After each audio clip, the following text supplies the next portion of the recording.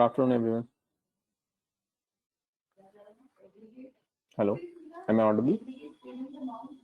Yeah, good afternoon. Okay. So, any questions on what we discussed yesterday?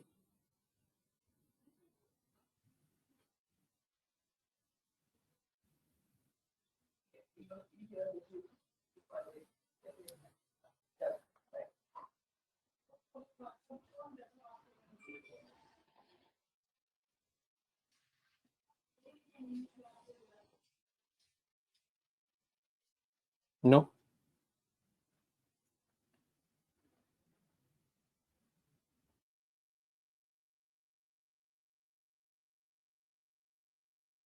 Sir, Yeah, Kansha. for mergers as well. Sorry, Kansha. I'm asking, can we do a case study for mergers as well? हाँ, सो कल हमने discuss किया था so जैसे हमने Vodafone discuss किया, we discuss couple of cases correct yesterday. So आप कोई केस बताओ जो आपको इंटरेस्ट हो, वो भी केस हम डिस्कस कर सकते हैं. सो व्हेन यू से केस स्टडी, Practically, हाँ, सो बोलो ना, कोई केस बोलो आप प्रैक्टिकली, मतलब what is the difference between practical and non practical. मेरे को वो नहीं समझ आ रहा. कल हमने जो केसेस डिस्कस किए वो नॉन प्रैक्टिकल थे क्या? आप बोलो कोई भी केस.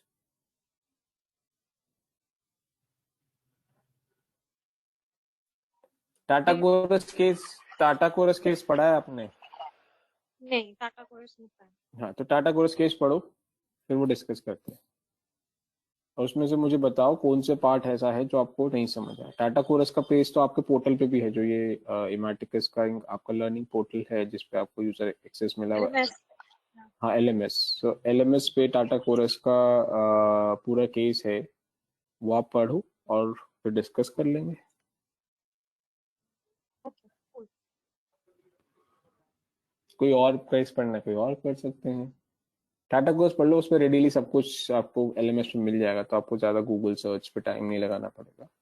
कोई और केस के लिए आपको वो थोड़ा सर्च करना पड़ेगा. टाटा कोर्स से काफी अच्छा मटेरियल आपके LMS पे है.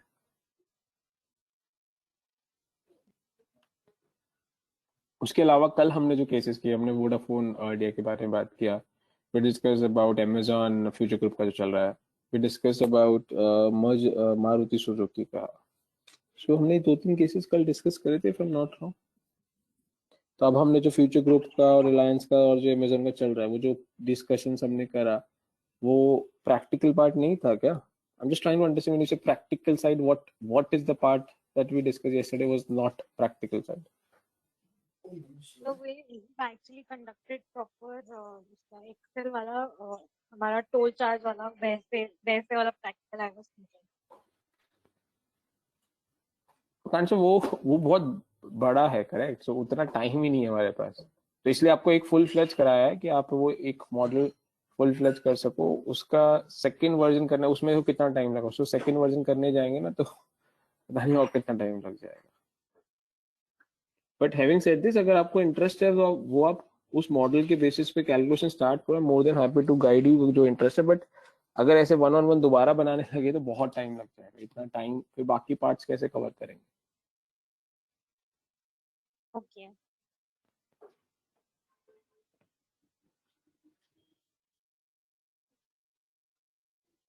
Anything else?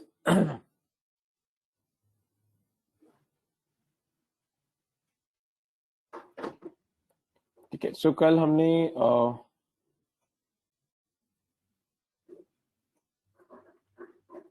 I think this you discuss yesterday.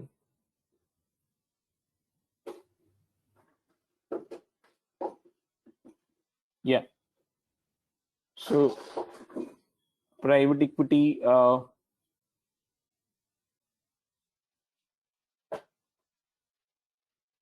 this also we discussed yesterday. So just to summarize this, private equity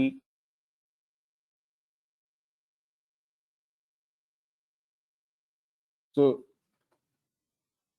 what is private equity? When you raise funds privately from a selected set of investors, That is called as private equity.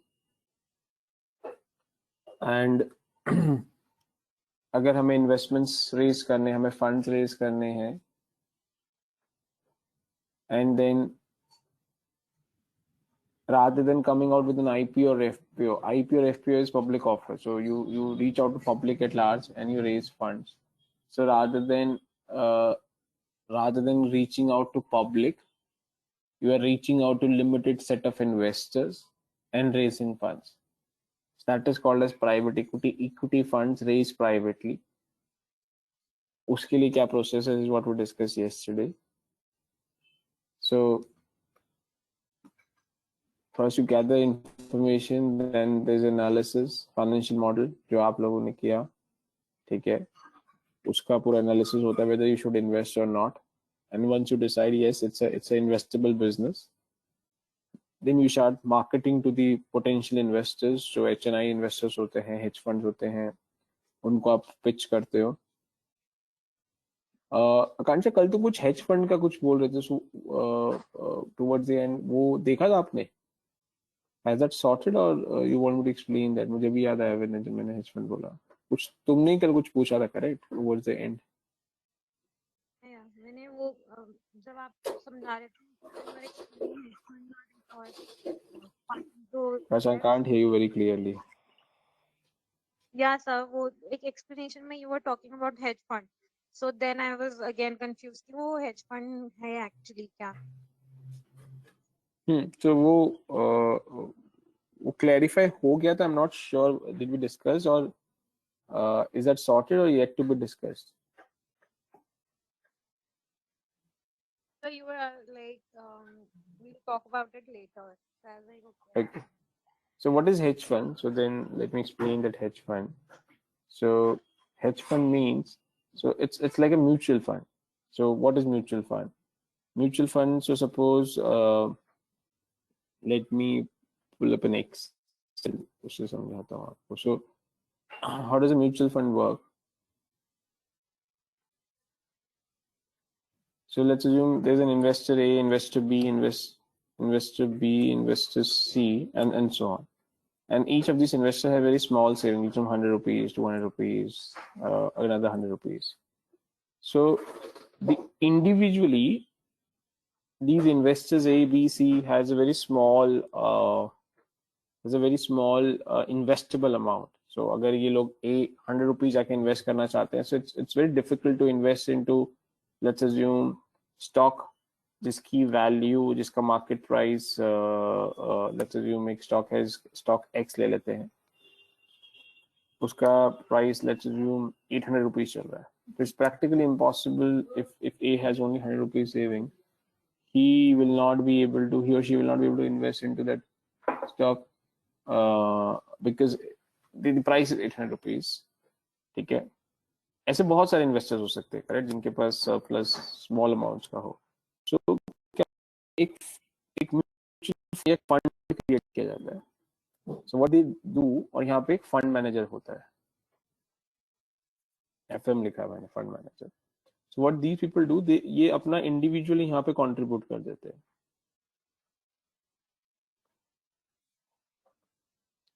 So 100 rupees, 200 rupees ऐसे collect करके आपके पास एक total corpus हो जाता है. तो total value इकट्ठा होते हैं. यहाँ पे 5000 रुपीज कोलेट हो गए, इसको बोलते हैं corpus. This is called as corpus. Then this fund manager decides कि ये 5000 को कहाँ इन्वेस्ट करना है. 5000 रुपीज में ये स्टॉक एक्स है या जो भी आप स्टॉक्स में इन्वेस्ट करना है वो स्टॉक्स में इन्वेस्ट कर पाते हैं. This is called as mutual fund. यहाँ तक आकांक्षा कोई डाउट? No sir. तो ये चीज तो मेरे को पहले भी समझ आई थी, बट वही फिर कंफ्यूजन होता है कि ये दोनों सिमिलर होते हैं, बट देन फिर हेज फंड. हाँ correct, I got your point. So इसमें और हेज फंड में क्या डिफरेंस है, वो आई थिंक आपका क्वेरी है, तो वो मैं बताता हूँ. But the reason I am revising this mutual fund because वो जो क्वेश्चन का आंसर है, what is the difference, will come from this.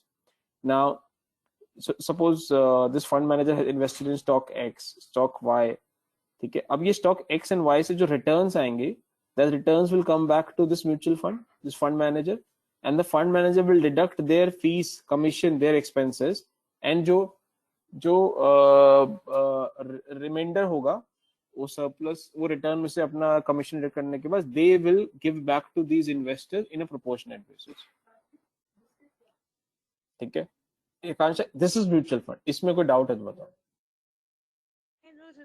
Basically whatever the profit they earn, जो fund manager उसमें से commission लेके ही divides mutually, जो भी sorry, come again. proportionate. I was asking, इसमें जो भी after investing in this stock exchange of 800 वाला जो भी stock है, and later on whenever they get a profit, तो whatever profit they get, from that profit the fund manager takes the commission and then distributes amongst all these investors A B C D. Correct. Like that. So whatever, correct. So whatever investment the fund manager, so this 5,000 rupees would be used for some investments. This 5,000 rupees will be invested in different asset classes. Could be equity, could be debentures, could be bonds, could be whatever. So wherever this 5,000 rupees is invested, after some time there would be some returns from that investments. That total return becomes a total revenue or income for fund manager, and then fund manager from that total income, fund manager will deduct all expenses including his salary, commission, fund management fees, जो भी उनके expenses होते हैं वो सबको deduct कर देंगे. उसके बाद जो बचता है वो प्रॉफिट डिस्ट्रीब्यूट कर देते हैं जो इन्वेस्टर्स हैं ABCD. This is the way the mutual fund works. Okay, so it is essential to have a fund manager for this mutual fund. हाँ, अगर फंड मैनेजर नहीं होगा तो आप मुझे बताओ, ये जो 5,000 रुपीज कोलेट हुए हैं, who will decide कहाँ इन्वेस्ट करना. वरना ABCD तो फिर आपस में डिस्प्यूट होगा. A बोलेगा X में इन्वेस्ट करो, B बोलेगा Y में. तो somebody has to decide, correct? And that person who's taking the decision should be a person who has a potential, who understands the market, who has a knowledge of this, is capable of this. वही investment decision ले सकता है ना fund को manage करने के. That is why that person is called as fund manager, somebody who is managing that fund.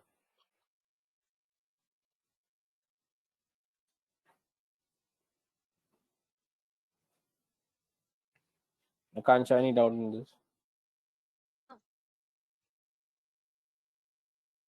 Is this clear? Yes, sir. Now,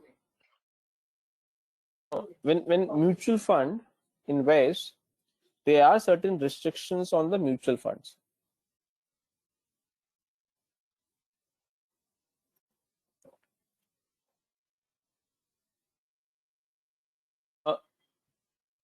What are these restrictions? These restrictions is, okay, before I go on that, who is this ABCD? Investors. Investors, of course, but which type of investors? These are retail investors like you and me.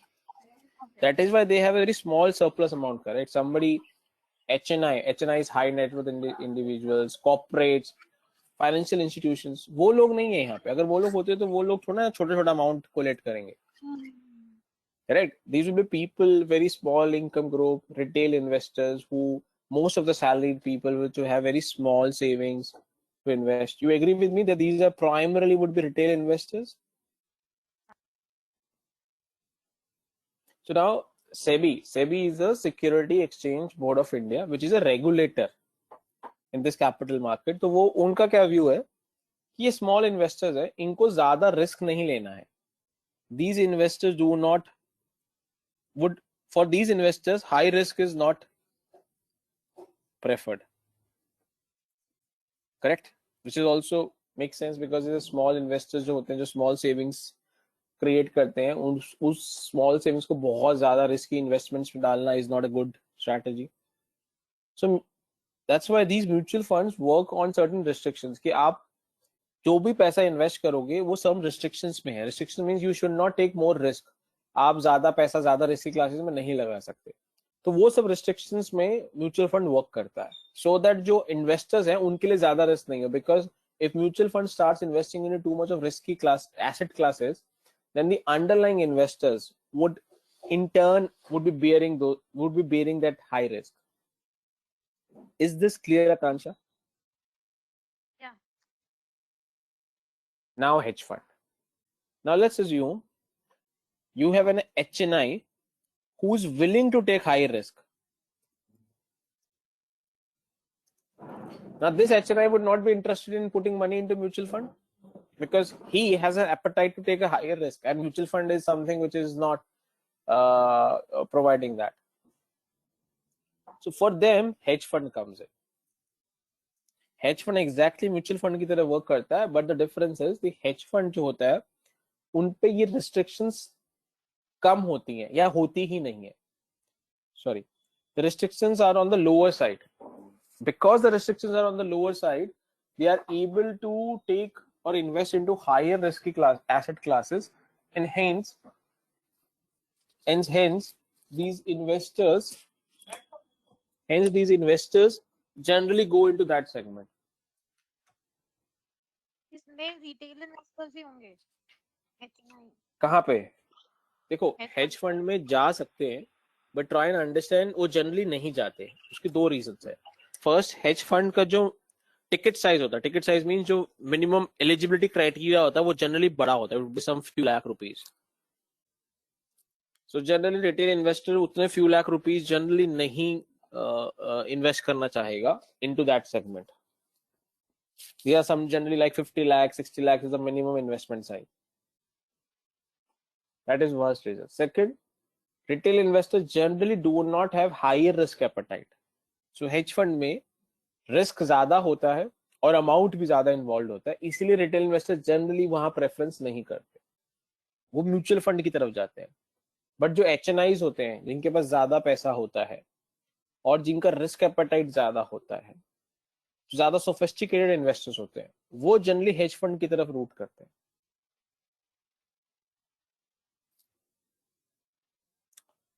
Answer difference Like the fund manager for them as well for HNIs.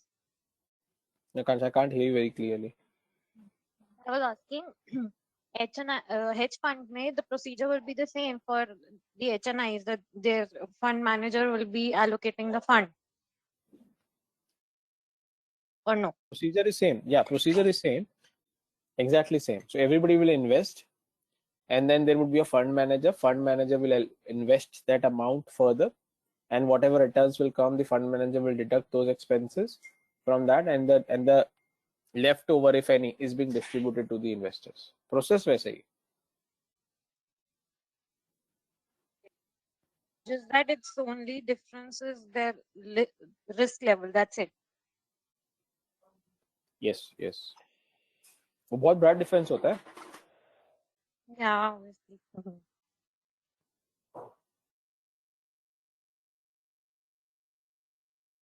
The hedge funds इसलिए companies created for themselves. Sorry, इसलिए sorry कंचा, इसलिए hedge fund जो है वो less restriction या less regulation में operate करते हैं, whereas the mutual fund has a much more higher regulations or restrictions.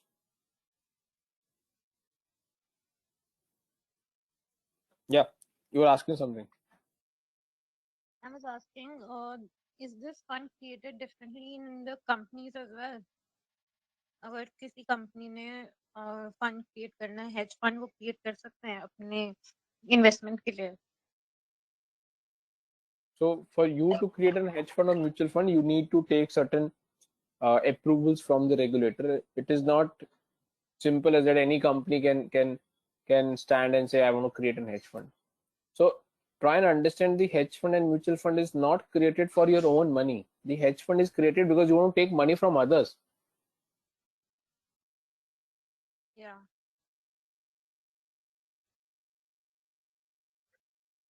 तो इसमें कैपिटल इन्वेस्टमेंट इन्वॉल्व नहीं हो सकती.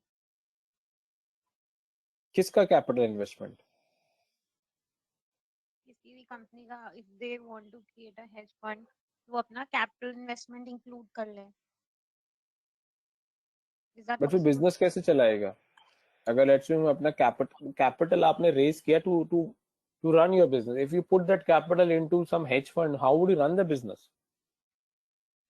नहीं मतलब some amount for capital and some amount for hedge fund, that way won't that हाँ work? कर दो.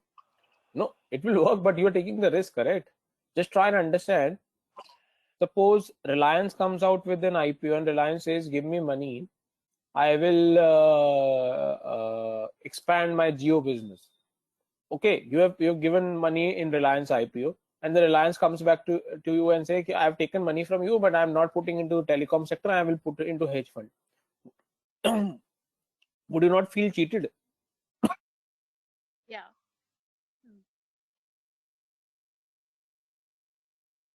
आप सोचोगे कि if I have to invest my money into hedge fund, why would I go through Reliance? I will directly go and put my money into hedge fund. ये भी है. Reason why you have given your money to Reliance, because you do not want to take risk of the hedge fund, you wanted to participate into performance of the telecom sector. But Reliance ने आपसे वो पैसा बोल के ले लिया और बाद में पैसा कहीं और डाल दिया, तो वो चीटिंग हो जाएगा ना. So that is why what you're saying practically doesn't work.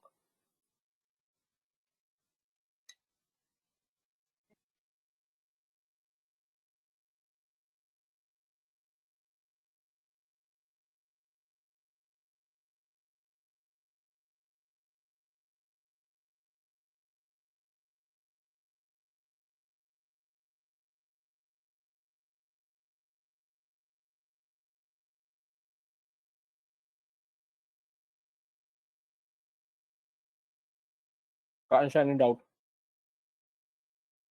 No, sir. Perfectly clear. Thank you.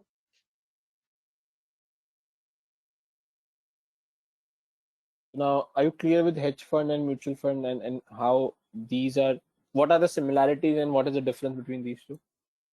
Yes, sir.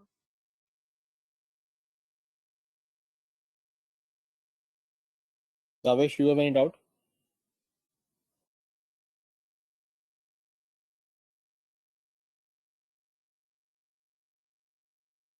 Okay, so then we discuss this marketing piece, and then term sheet. Term sheet is where the buyer and seller negotiate and agree on the terms and condition. These terms and conditions are being written and signed by both the parties. And then you have due diligence. Due diligence में हमने काफी कल detail में discussion किया. Sorry. And then finally SPA. SPA share purchase agreement. And then finally deal को close किया जाता.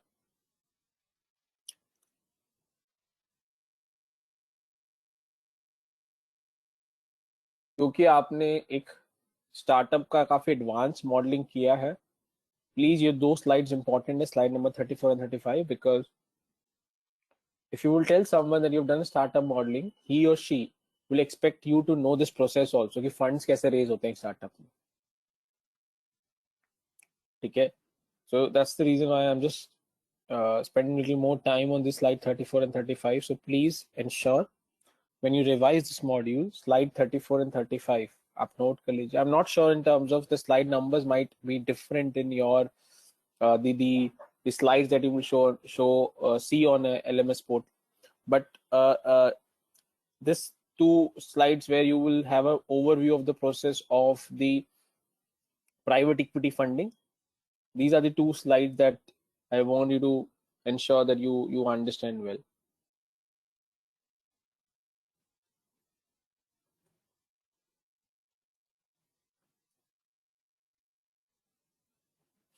Okay,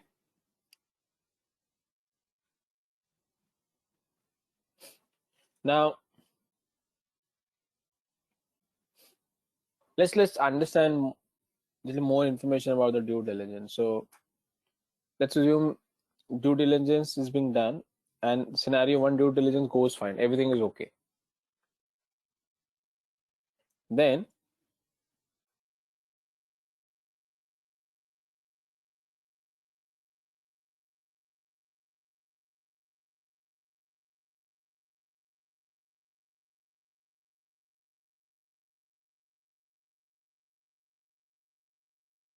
so if due diligence goes fine, so let's assume Akansha, I am buyer and you are seller, so I'm buying out stake in your company. So मैंने कहा आकांक्षा मुझे आपकी company का due diligence करना है, तो आपने कहा ठीक है, गो हेड. मैंने ड्यू डिलिजेंस किया, सब ठीक है, so I will go head and complete the transaction. तो ये फर्स्ट लाइन में कोई प्रॉब्लम नहीं है, तो सिंपल है. सेकंड, नाउ मैंने ऑडिट करवाया, ड्यू डिलिजेंस कराया और ड्यू डिलिजेंस में कुछ इश्यूज आ गए, ठीक है। अगर वो इश्यू आ जाते हैं, अब वो इश्यू किस नेचर का है? It's a legal issue. Legal issue means आपके पास उस बिजनेस को करने का लाइसेंस ही नहीं है, फिर भी आप बिजनेस कर रहे हो, it's illegal business now. But the business problem means आपकी कंपनी में कोई प्रोसेस अच्छे से काम नहीं कर रहा है, कोई प्रोडक्ट की मार्केटिंग अच्छे से नहीं हो रही है, which means it's not a legal matter, it's within your business. Now, if I find some issues in the due diligence, then what are the options? First option is I can go back to the market. I can decide not to do a transaction with you. I can renegotiate with. ये दोनों options मेरे पास होते हैं. I can rethink कि मुझे करना है कि नहीं करना, or I can renegotiate in terms of pricing. Because now I found out something wrong in your business, which you've never disclosed earlier. So hence I have an option to recompute my valuation. Is this clear? Point number 2. Yes, sir. A change in market. This is what we are experiencing right now. That I have done due diligence, everything goes well, everything is okay, but market has changed. The environment has changed. Pandemic, demonetization. These were few examples where, because of the significant massive changes in the environment, we were forced to delay some transaction. We were forced to stop some transaction. तो ऐसा भी होता है कि आपके due diligence is fine, but there is some change in the market dynamics, because of which you sometimes need to renegotiate or probably needs to rethink.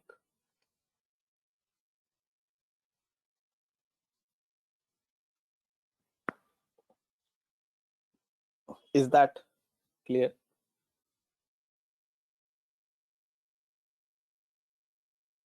Yes, sir. So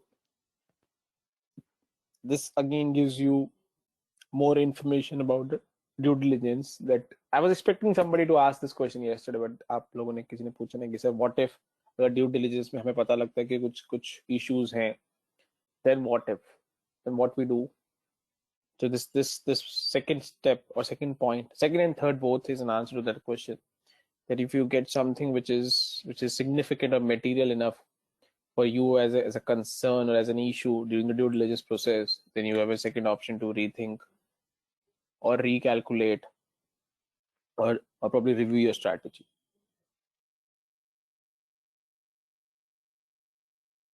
but अगर market में change होता है तो valuation को क्यों negotiate करेंगे? वो तो फिर हॉल्ट पे आ जाएगा ना। डिपेंड करता है ना, जैसे अभी पेंडेमिक है, सो पेंडेमिक की वजह से कुछ बिजनेसेस का वैल्यूएशन ऊपर भी चला गया. Pharma business, this online business, the softwares that's like GoToMeeting. Do you think you have ever used GoToMeeting before pandemic? I have never used.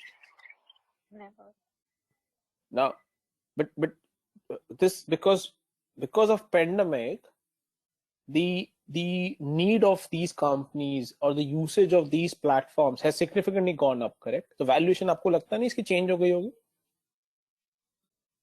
या Similarly, valuation of certain things has gone down as well. Multiplexes, almost for an year India में, if not year, at least close to 10 months, multiplexes shut down थे, correct? अभी भी अगर open होंगे, I don't think same, I think open हो गए हैं कुछ cities में. I don't think अभी भी same size of the crowd जाएगा, correct? Size से मेरा मतलब है अगर पहले 1000 लोग एक shows में जाते थे weekend में, probably you might not see again 1000, probably there might be 400-500 people, because people will slowly start going back rather than going in a bulk.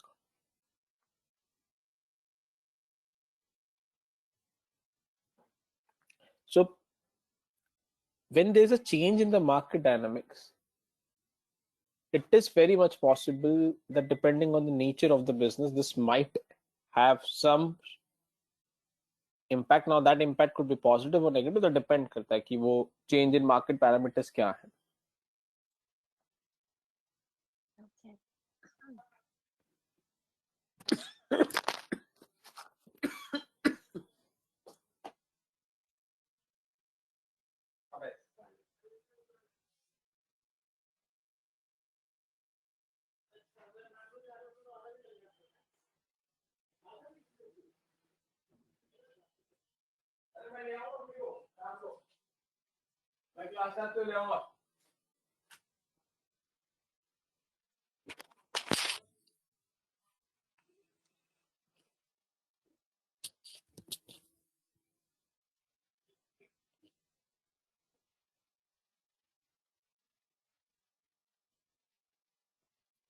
So now,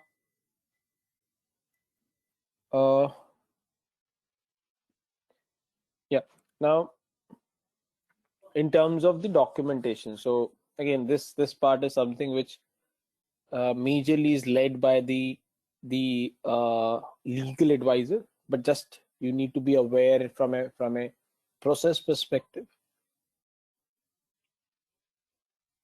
So board of directors, of course, board of directors of both the companies are involved. They need to approve, and this is called as board resolution. What do you mean board resolution? Any approval that is being given by the board is called as board resolution. So you need board resolution, which is an approval from the board.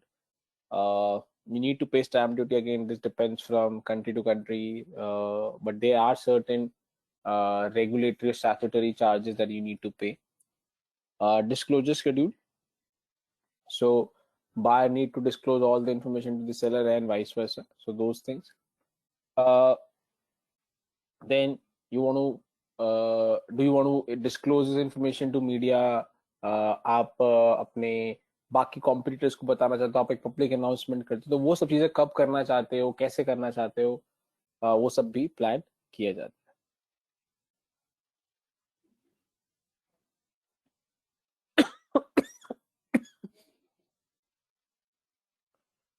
So company should have a valid resolution. We've discussed this. This resolution is generally passed in the meeting, a board meeting, and then to increase the authorized capital. What is authorized capital? Authorized cap means company के पास कितनी authority है पैसा raise करने की. If I'm sorry, if I'm acquiring a company and let's assume my authority to raise funds is 500 crores, but to acquire that company I need 600 crores. So sometimes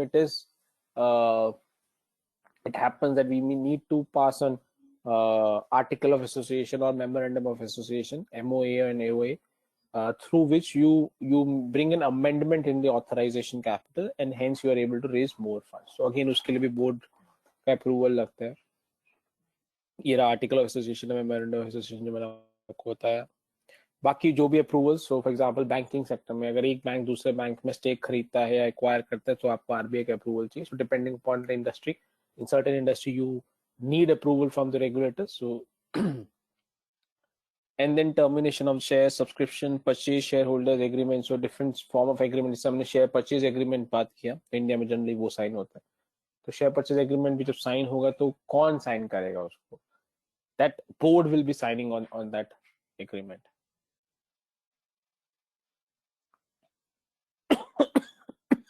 Sorry. So regulation compliance जो भी approvals हैं वो legal team लेती है.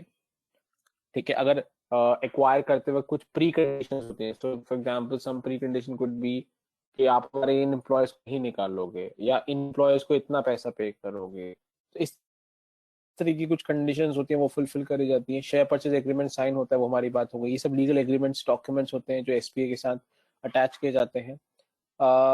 Disclosures letters कि आपको कितनी information किसको डिस्क्लोज करनी है. ठीक है. देन जब डील साइन होता है, लॉजिस्टिक्स मींस ओके डॉक्यूमेंटेशन, कहाँ पे क्या पेपर्स है, फाइल वगैरह, क्योंकि जनरली इंडिया में अभी भी ये सब फिजिकली साइन होते हैं सब पेपर्स. ठीक है. स्टैम्प ड्यूटी पेमेंट्स वगैरह वो भी एक लॉजिस्टिक पार्ट है. सिग्नेटरीज होने चाहिए साइन करने के लिए. शेयर परचेज एग्रीमेंट साइन होता है. ठीक है. Of course ideally you would want कि जब आप साइन कर रहे तो भी आपको फंड्स मिले. ठीक है. But generally in real terms ऐसा नहीं होता है. जनरली आप साइन करते हो उसके बाद फंड्स मिलते हैं. और वो जब डील ट्रांजैक्शन हो जाता है तो सर्टिफिकेट साइन हो जाता है. जो new investor, for example if I am buying the shares from Akanksha, so once I pay the fund, तो जो शेयर्स पे आकांक्षा का ओनरशिप होगा या आकांक्षा का नाम होगा वो वहां से कैंसिल होकर मेरा नाम आ जाता है. So that's why the new investors के लिए वो सर्टिफिकेट इशू हो जाते हैं. फिर न्यू फिर जब बोर्ड मीटिंग होती है वहां पे उसको प्रेजेंट कर दिया जाता है, and then finally I will get those shares.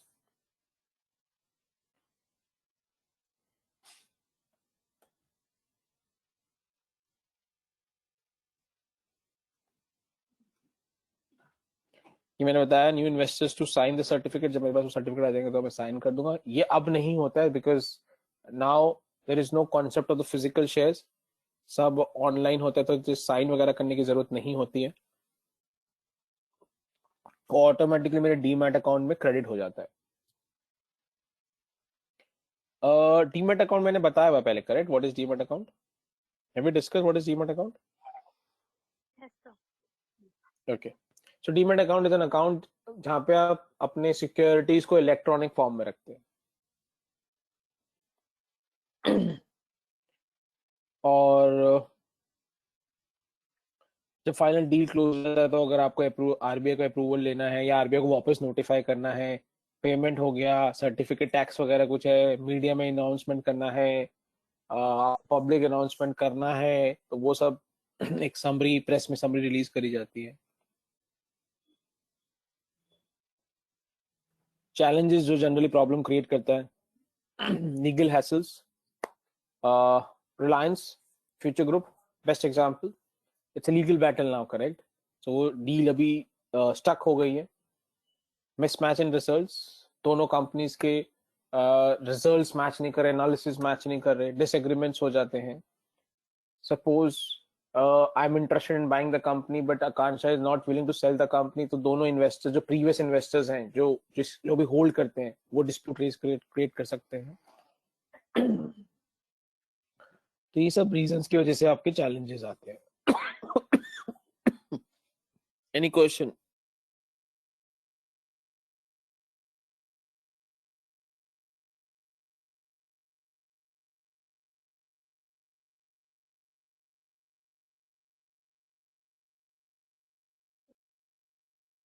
Sir, या आकांक्षा? previous investors के क्या issue हो सकते हैं? So I can't hear you. You need to speak a little louder. Previous investors के क्या issue? I still can't hear you. I can't. Hi sir. Sir previous investors के बारे में पूछना था सर. Previous investor का? सर उसे भी यही पूछना था, मुझे भी यही पूछना था.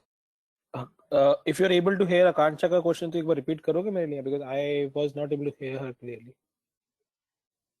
हाँ सर, उसने भी यही पूछा सर कि प्रीवियस इन्वेस्टर वाला बता दो एक बारी. हाँ, बट प्रीवियस इन्वेस्टर का क्वेश्चन क्या है उसका? आकांक्षा का प्रीवियस इन्वेस्टर का क्या बता दो?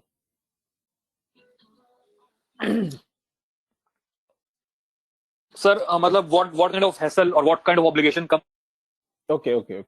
So yeah, so previous investors. So Akanksha, let's assume you are the owner of the company, ठीक है, और मैं आपकी कंपनी को खरीदना चाह रहा हूँ, एंड लेट्स अज्यूम भावेश ने Bhavesh is one of the investor in your company. जब मैं शेयर्स खरीदूंगा तो मैं आप तो प्रिंसिपली ओके हो, बट राहुल को भी ओके होना चाहिए ना टू सेल द शेयर्स. तो वो आपको शेयर्स पास ऑन करने के लिए डिस्प्यूट रेज कर रहे हैं, या वोटिंग नहीं कर रहे हैं, या फेवर में वोट नहीं कर रहे हैं, तो आप अपनी कंपनी का कैसे डिसीजन लोगे आकांक्षा, दैट ये this you can sell of this company? आप एक वोटिंग करते हो, शेयर होल्डर्स की एक वोटिंग होती है. जो एग्जिस्टिंग इन्वेस्टर्स होते हैं, जिसको प्रीवियस इन्वेस्टर्स बोला गया स्लाइड में, अगर वो आपके फेवर में वोट ही नहीं करेंगे सेल करने के लिए, तो आप कंपनी सेल नहीं करना चाहोगे, सेल नहीं कर पाओगे, in spite of the fact you want to sell the company. समझ आया?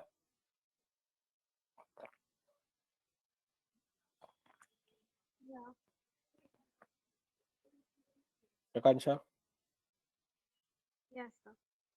Bhavesh?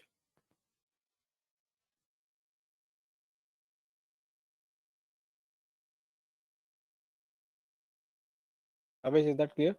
The previous investor might not vote in the favor. हाँ जी सर, मैंने बोला सर, क्लियर है सर, मैंने बोला सर. Okay. ठीक है. So any other question on this slide? ये अगेन जो हम लास्ट पार्ट ही कर रहे हैं, is more of a legal, is more for the legal advisor to manage. As I said yesterday also, this last part of this module जो भी हम कर रहे हैं, you are not expected to know this from a subject matter expertise perspective. I do not expect आपको इस legal part से interview में questions आएंगे, because we don't expect financial analysts to manage these pieces. But from a learning perspective, it helps if you know the process. But you will not be expected to be an expertise and perform these responsibilities. उसके लिए legal advisor है. Any question on this slide? Correct, sir. Correct, sir. Correct. Sir, no question. Sir, just one thing I wanted to bring over here. पता है मैंने ऐसे revision कर रहा था, जैसे आपने लीगल एडवाइजर का नाम लिया सर, मेरे को तो आईसीआई के बारे में पता, institute of chartered accountant of India. अब पता नहीं आपको, शायद पता, आपको पता ही होगा, ऑब्वियसली बात है, पता नहीं औरों को बताओ ना बताओ। सर मतलब हमने अपने ही कोर्स में ना, फाइनेंशियल एनालिसिस के इस कोर्स में एक्यूटेरियल के बारे में पढ़ा मैंने, and I got to know कि हु एग्जैक्टली एक्यूटेरियल आर, मतलब मुझे पता नहीं था कि वो होते क्या हैं। सो आप एक लीगल एडवाइजर की बात करो, सो देयर आर मतलब एक्यूटेरियल्स एज वेल। सो बस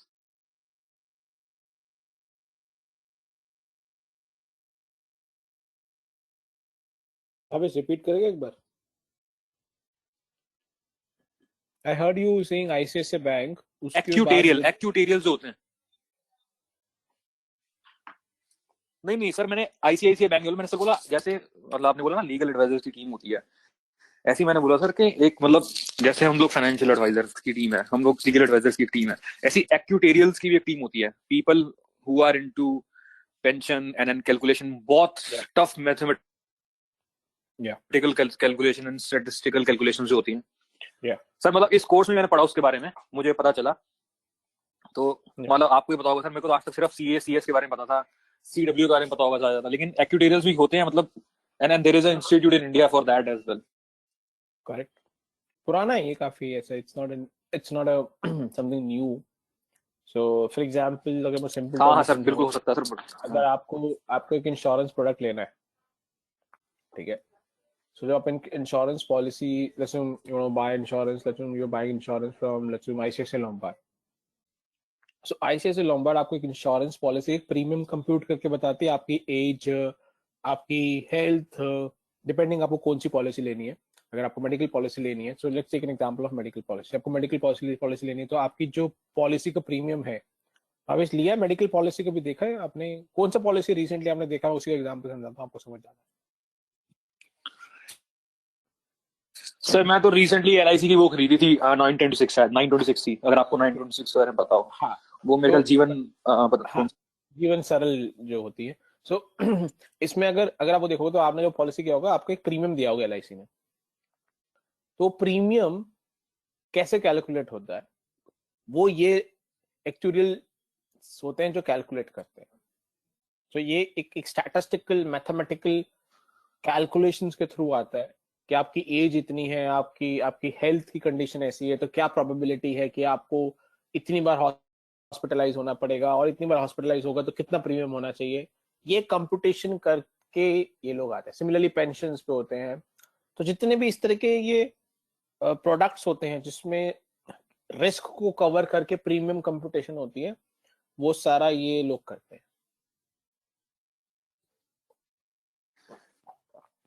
करेक्ट सर, मैंने पेंशन ऑब्लिगेशन वाली स्लाइड में ही पढ़ा था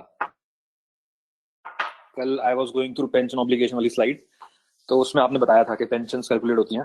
so it is not of an equity analyst का काम, it is a work of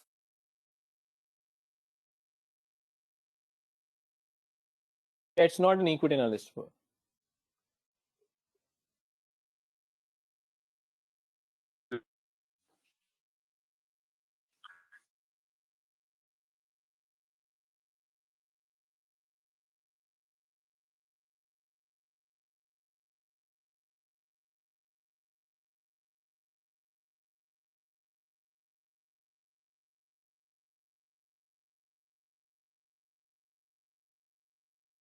And this जो आपने एक्चुअल्स की बात करा, this is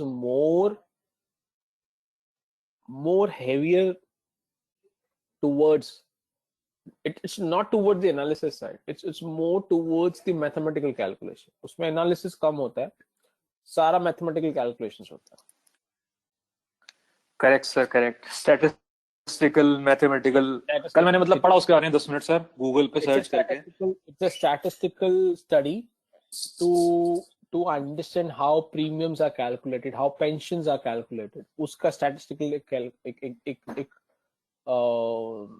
एक learning process है. Correct sir. Sorry. Yeah. So moving towards the final part. So ये एग्जाम्पल दिया हुआ है. सो जैसे मैंने आपको बताया, बट इस वाली स्लाइड से बेटर स्लाइड मुझे ये वाली लगी थी, जो अगर ड्यू डिलिजेंस में कुछ इश्यूज आते हैं तो कैसे हैंडल होते हैं, जो मैंने आपको ये वाली स्लाइड समझाई थी. ठीक है, स्लाइड 37, बड़ी वाली स्लाइड आपको बताया था, वो स्लाइड बेटर है बट फिर भी.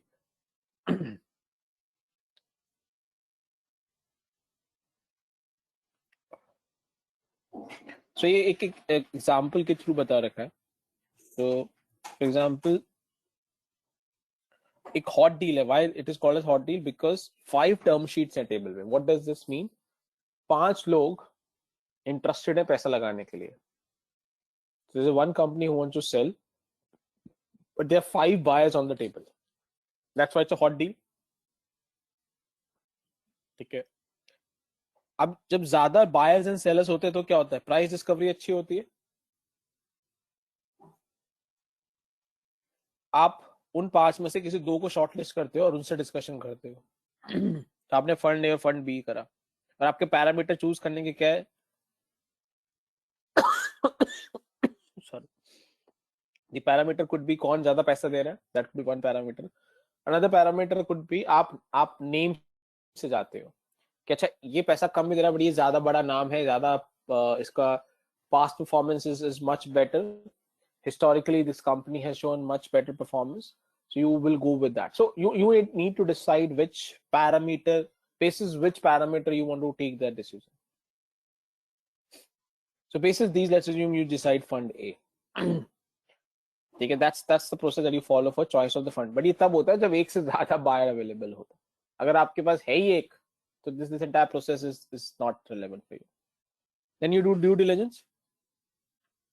So 30 day एक्सक्लूसिविटी पीरियड ये हमने डिस्कस करा कि 30 डे में means that if you find anything for 30 days you can come back and renegotiate. जैसे आपने देखा होगा जब पॉलिसी इश्यूएंस होती है तब भी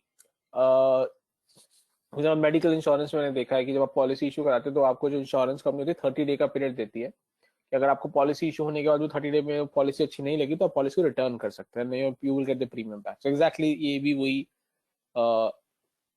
रेफरेंस है. ठीक है. और अगर आपको कुछ ड्यू डिलिजेंस में कुछ इश्यूज आते हैं तो आप रीवैल्यूएशन कर सकते हैं, मैंने आपको बताया. And then finally you close the deal. Close करते वक्त आप शेयर परचेज एग्रीमेंट साइन करोगे. ठीक है, जो भी लीगल पेपर्स है वो एग्रीमेंट साइन होंगे. और अगर रेगुलेटर को इन्फॉर्म करना है, प्रूव करना है, वो सब चीज आप कर सकते हैं parallelly. I don't like this slide too much, like in the sense इसका फ्लो इतना बेटर नहीं है जो ये फ्लो आपको यहाँ पे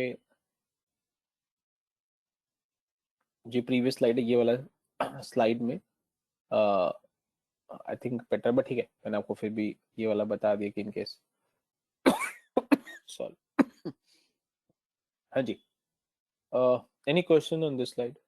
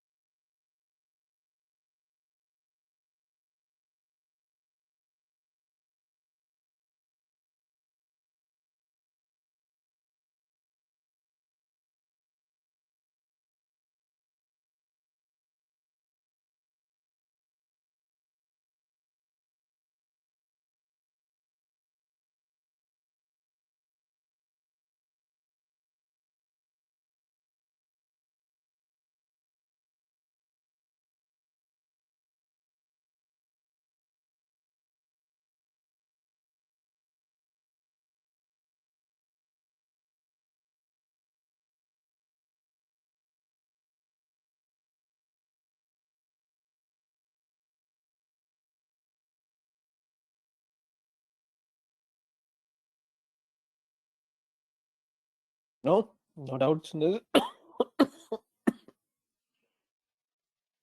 हाँ जी, No, sir, no uh, doubts. चलिए ठीक है. So this brings us to an end of this M&A वाला जो मॉड्यूल था. ठीक है. With this we complete अपना जो आपके कंटेंट वाला पार्ट था. एक छोटा टॉपिक बचा हुआ इक्विटी रिसर्च का. करा दूं वो भी अभी तो खत्म हो जाएगा. और या वो इक्विटी रिसर्च का आप थोड़ा सा प्रेजेंटेशन के क्लोज करना चाहते हो, करा देता हूँ वो. इतना हाँ sir, what kind of presentation are you talking, sir? मतलब वही मैं बताने जा रहा हूँ. ठीक है. तो अभी देखिए, अब हमारा लेवल 3 स्टार्ट हो गया. तो लेवल 3 के अब जो सेशंस आपके हैं वो क्या है, और उसमें एक प्रेजेंटेशन है वो बताता हूँ. तो आपको करना क्या है. सॉरी. सो मैंने आपको पहले बोला sir, था if you want, you can we can probably take 5-10 minutes break. आप नहीं ठीक है. थोड़ा मैं so I will I've requested for some warm water, so probably that should help. So if you remember, मैंने लेवल 2 में आपको बोला था एक कंपनी सेलेक्ट करो, एक लिस्टेड कंपनी. उसका बिजनेस मॉडल आपको एनालाइज करने को बोला था. उसका शॉर्ट, पेस्टल, बीसीजी, पीएलसी, ये सब मैंने बोला था. करेक्ट सर, बोला था बिल्कुल, कॉर्पोरेट स्ट्रेटजी बोला. हाँ. नाउ लेवल 3 में आपका 1-on-1 एक प्रेजेंटेशन होगा. आपको dates Damini will schedule the dates and will let you know. But करना क्या वो मैं समझा रहा हूँ. जो कंपनी आपने सिलेक्ट किया था, सो मैं एक्सेल में ही आपको लिख देता हूँ. आपको एक, मैंने बोला था एक इंडियन लिस्टेड कंपनी सिलेक्ट करिए. उसका आपको business model, short, pastel, porter pastel, model, BCG, PLC and की रेशियोज, ये बोला था आपको मैंने करने की. ठीक है. हो सकता है आपने करा भी हो. रेशियो शायद, आई एम नॉट श्योर, रेशियो मैंने शायद नहीं बोला था, बट ये डेफिनेटली मैंने इतना पार्ट आपको बताया था. तो अगर आप लोगों ने ये कर लिया है, नहीं भी किया है, तो now start working on this. So आप लोगों को एक प्रेजेंटेशन देना है. इसका इवैल्यूएशन होगा. उसके स्कोर्स आपके इस फाइनल सर्टिफिकेशन के स्कोर्स में सबमिट होंगे. सो लेवल 3 में आपका एक प्रेजेंटेशन है और लेवल 3 में आपका एक मॉक होगा. इन दोनों के दोनों both will be evaluated and both the evaluation scores will be submitted, and this would be critical to complete the certification process. Clear है क्या? Okay requirement sir. one question here. है? Yes sir. Sir, what will be the base of mock? Mock पे आ रहा हूँ मैं. Mock के बारे में डिटेल बताऊंगा. पहले प्रेजेंटेशन पे थोड़ा सा फोकस करते हैं. मैं मॉक का भी बताऊंगा पूरा. मैंने मॉक का भी स्टार्ट ही नहीं किया है. सो तो ये प्रेजेंटेशन होगा. अभी नहीं है. अभी सर हमें वो जो resume कंपनी लिस्टेड है, हाँ. अब जैसे कंपनी लिस्टेड है सर, सर उसमें अब जैसे 3 पिछले साल की, मैं मान लो 3 साल का उसकी लिस्टेड कंपनी के, मेरे को चलो ठीक है, मैं ये तो स्वाट पेस्टल वगैरह ये सारे सबसे पहले कॉर्पोरेट स्ट्रेटजी तो मैं डिस्कस क्या कर करूं? सकता हूँ, डिफाइन भी कर सकता हूँ. Sir are you expecting me to create a financial modelling as well for that company? नहीं, ये कहाँ बोला मैंने? बताओ, इसमें कहीं लिखा हुआ है क्या? मॉडल लिखा है मैंने? नहीं सर, मैंने just no, I am not expecting. Reason I am not expecting, आपको डेटा नहीं मिलेगा ना उसका. वो डेटा के लिए आपको तो कंपनी के मैनेजमेंट से, या जो जिन सॉफ्टवेयर का या डेटाबेस का हमको एक्सेस होता है, जो पेड डेटाबेसेस होते हैं, प्रोवेस हो गया, रॉयटर्स हो गया, वो आपके पास एक्सेस नहीं है. करेक्ट. तो how can I ask you to do that? मैंने आपको वो टास्क दिया है जो ओके पब्लिक डोमेन में इंफॉर्मेशन अवेलेबल होगी. इसको देखो, कंपनी का बिजनेस मॉडल सर एनुअल मैं रिपोर्ट से मिल जाएगा। आपसे एक और बात शेयर करूं सर? एक एक रुक जाओ, पहले इसको क्लोज करते हैं। बिजनेस मॉडल कंपनी का एनुअल रिपोर्ट वेबसाइट से मिल जाएगा। सॉर्ट, पेस्टल, पोर्ट, इसमें से कोई भी ऐसी इंफॉर्मेशन है जो मैंने पॉइंट्स लिखे हुए हैं जो तेरे को लगता है कंपनी के एनुअल रिपोर्ट और कंपनी की वेबसाइट से नहीं मिल सकती?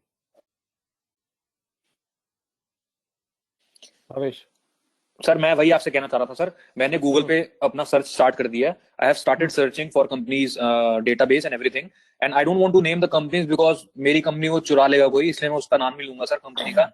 क्योंकि अब मैंने कल की बात से एक और सीखी है कि मारुति और बड़ी कंपनियों के पीछे भागोगे तो you will and up you know get yourself in more trouble. So I'm looking for more lucrative sir, more आज के जमाने की कंपनी, आज का नया स्टार्टअप, बढ़िया सी कोई कंपनी हो जो मार्केट में बहुत अच्छी चल चुकी हो, अच्छा सा ब्रांड एम्बेसडर उसका, मतलब बहुत चीजें देख के सर मैं अच्छी सी कंपनी सिलेक्ट कर रहा हूँ सर। द क्वेश्चन मैंने यही पूछना था आपसे सर कि मतलब मॉडलिंग ना करें उसकी, हम उसका स्वैट, पेस्टल और जो भी कॉर्पोरेट स्ट्रेटेजी के डिफाइन है वो करें। और सर शुरू में हमने जैसे बात की थी कि हम कोई भी एक केस स्टडी डिस्कस।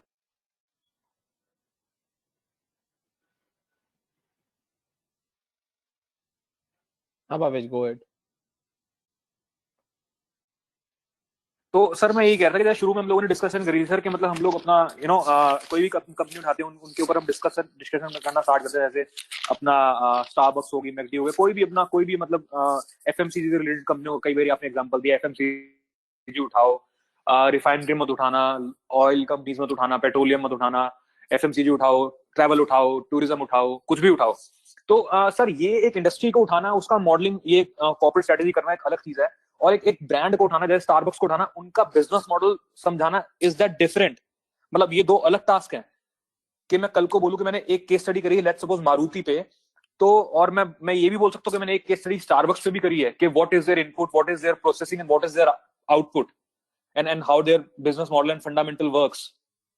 क्या ये दो अलग चीजें या एक ही चीज है सर? ये एक ही चीज है, एक ही चीज है। ओनली डिफरेंस है कि आपने एक ही चीज को दो कंपनी के लिए किया, 3 के लिए किया, 4 के लिए किया, 5 के लिए, बट है तो प्रोसेस एक ही। इस प्रोसेस को इक्विटी रिसर्च बोलते हैं राहुल, सॉरी भावेश। आप एक कंपनी के बारे में पूरा रिसर्च कर रहे हो, करेक्ट? वो कंपनी का बिजनेस मॉडल क्या है, कंपनी का सॉर्ट क्या है, पेस्टल क्या है, बीसीजी क्या है, ये पूरा कंपनी का करेक्ट एनालिसिस सर। तो कर रहे हो आप। अब वो आप मारुति का कर लो, स्टारबक्स का कर लो, आपको दोनों के लिए टाइम, देखो टाइम चाहिए इसके लिए, ठीक है? कुछ पैसेज में कुछ स्टूडेंट्स रहे हैं जिनके पास थोड़ा टाइम ज्यादा, तो उन्होंने 2 भी करी है, आप 2 कर लो, 3 कर लो। आपको उसमें जो भी सपोर्ट चाहिए होगा, आप प्रेजेंटेशन के लिए एक ही कर रहे हो, सो जो मिनिमम रिक्वायरमेंट है आपको इस प्रोग्राम की वो 1 है। आपको प्रेजेंटेशन इवैल्यूएशन एक के लिए बेसिस पे करना है, बट आपको लर्निंग के लिए अगर आपके पास टाइम है, आप कहते हो नहीं सर मेरे पास टाइम है, मैं थोड़ा दूसरी कंपनी के बारे में भी रिसर्च करना चाहता हूँ, करो। जो डाउट है मुझसे पूछते जाओ, जो गाइडेंस चाहिए मैं देता जाऊंगा आपको, तो वो तो कोई सर लिमिट नहीं है। Can I ask one more thing here sir? हाँ। ठीक है sir. Sir Maruti Suzuki, CCD, Amazon, Google, OYO, कुछ भी ले लो, एफएमसीजी में कुछ भी ले लो, चाहे अपना टीसीएस ले लो, टाटा मोटर ले लो, एफएमसीजी के मैंने अंदर सिर्फ उनके आपको उनके ब्रांडिंग के। मैंने आपको सिर्फ ये बोला था, कोशिश करो वो कंपनी सेलेक्ट करने की या वो इंडस्ट्री सेलेक्ट करने जिसमें आपको थोड़ा सा आप रीडिंग करो तो बहुत ज्यादा ड्राई हाँ जी सर, डॉक्यूमेंट। बिल्कुल हाँ, बिल्कुल बिल्कुल सर, सिर्फ ये यही एक चीज अलग हो रिक्वायरमेंट गई, है। ये हमारी केस स्टडी हो गई, ये हमारा, इसके ऊपर हमें अपनी कॉर्पोरेट स्ट्रेटेजी से ये मॉडल सप्लाई करके हमें इनकी इनकी रिसर्च करनी है, चाहे वो 5 क्वार्टर मॉडल हो, चाहे वो स्पेशल हो, चाहे वो कुछ भी हो। लेकिन सर ये एक चीज होगी सर, प्लीज थोड़ा ध्यान से सुनना सर। सर सेकंड चीज आपने हमें बोली थी कि जब आपने हमें स्टार्टअप का मॉडलिंग करवाई थी, तो आपने कहा था कि तुम कोई भी अपनी एक कंपनी ले लो, उसके डेटा अगर तुम्हें मिलते हैं, उस डेटा के बेसिस पे तुम फाइनेंशियल मॉडलिंग बनाओ, कहीं अटको तो मुझसे पूछ लेना। सर क्या वो चीज एक अलग है? नहीं, यही है, मैं यही समझाने की कोशिश कर रहा हूँ। मैं क्वेश्चन पहली बार ये भी तुम्हारा समझ गया था। अब आप मुझे बताओ, मारुति सुजुकी का ही लेते हैं। मारुति सुजुकी का जब तक तुम्हें सॉर्ट नहीं पता है, जब तक उसका बिजनेस का पोर्टर मॉडल नहीं पता है, उसका इन्वायरमेंटल इम्पैक्ट नहीं पता, तुम उसका कुछ फोरकास्ट कर सकते हो राहुल? अरे आकांक्षा ने मुझे चिढ़ाना शुरू कर दिया है बार बार कि अब से तुम्हारा नाम राहुल पड़ गया, जबकि सर मेरा नाम भावेश है, सिर्फ आपके चक्कर में। अरे सॉरी, आई थिंक मेरे प्रीवियस बैच में राहुल से इंटरेक्शन ज्यादा हो रहा था, तो आई थिंक वो ही कंटिन्यू हो रहा है, सो अपॉलॉजीज। सो या भावेश, सो tell me, if you have to forecast or create a model for a company, let's say for let's suppose Maruti, or say suppose Oyo Rooms. Now, unless you understand what is the business model of the Oyo, what are their strengths, what are their weaknesses, what is their corporate strategy, would you be able to forecast what would be their revenue next year? No, sir, not at all. So, which means for forecasting or for creating model, first you need to pass this battle of strategy. Okay. So, sir, that is the एक ही next चीज है. level thing. Correct. What we are talking here, है ना? Correct. और याद करो, जो मैंने क्लास में मॉडल कराया या फोरकास्टिंग कराया, वो फोरकास्टिंग का मॉडल एक्सेल में आपको लाने से पहले हमने 2-3 सेशन सिर्फ उस Exactly, corporate बिजनेस करा को है. समझा था. Corporate करा है. मैंने आपको सिर्फ वो जो केस स्टडी का वो वर्ड Exactly. डॉक्यूमेंट था, हाँ, मैंने उसी बिल्कुल, को बिल्कुल. 2-3 सेशन समझाता रहा था. Word document, हाँ, sir. वही तो बोल रहा हूँ करने को, ये Exactly, सारा exactly. वही तो है. Blocks फर्स्ट बनाए जब थे. तक करेक्ट, जब तक आप फर्स्ट पार्ट ही नहीं करोगे, आप आगे कैसे जाओगे?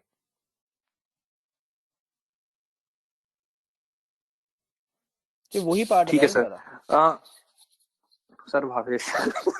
हाँ, सॉरी. क्या? ओके. ठीक है, सर. ठीक है. सो इसमें एंड ऑनेस्टली अगर आपने इतना भी पुल अप कर लिया ना, believe me, you would be your level of confidence would be very different, because generally it's not easy to pull this off. So correct sir. Sir, बिल्कुल सही बोला आपने. सजेशन ये है, ज्यादा टाइम मत वेस्ट करो कंपनी को सर्च करने में. मेरा सजेशन ये है, जो भी कंपनी आप सिलेक्ट कर ली है या करने वाले हो, उस सर्च में टाइम ना वेस्ट करके सर्च करके फाइनल करो, और उसके बाद उस कंपनी के एनालिसिस पर टाइम लगाओ. तो जो तुम रिस्क अवॉइड करना चाह रहे हो ना भावेश, वो रिस्क ये अवॉइड करना चाह रहे हो तुम, कि आप ऐसी कंपनी सेलेक्ट करना चाह रहे हो जो इंटरव्यूअर को आसानी से नहीं पता हो और वो आपसे ज्यादा क्वेश्चन नहीं पूछ पाए. ऐसा नहीं होगा. आप कुछ भी सिलेक्ट करो, वो आपको परेशान करेगा. तो शॉर्टकट मारने की ज्यादा जरूरत नहीं है. अगर आपको आता है तो आप हर चीज का आंसर कर पाओगे, नहीं आता तो हर जगह फंसोगे. Always remember, and the golden rule that I try and follow, the interviewer would be more smarter than you. Don't try and be an over smart in front of an interviewer.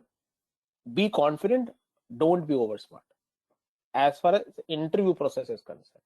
Bas, that's the rule that I try and follow.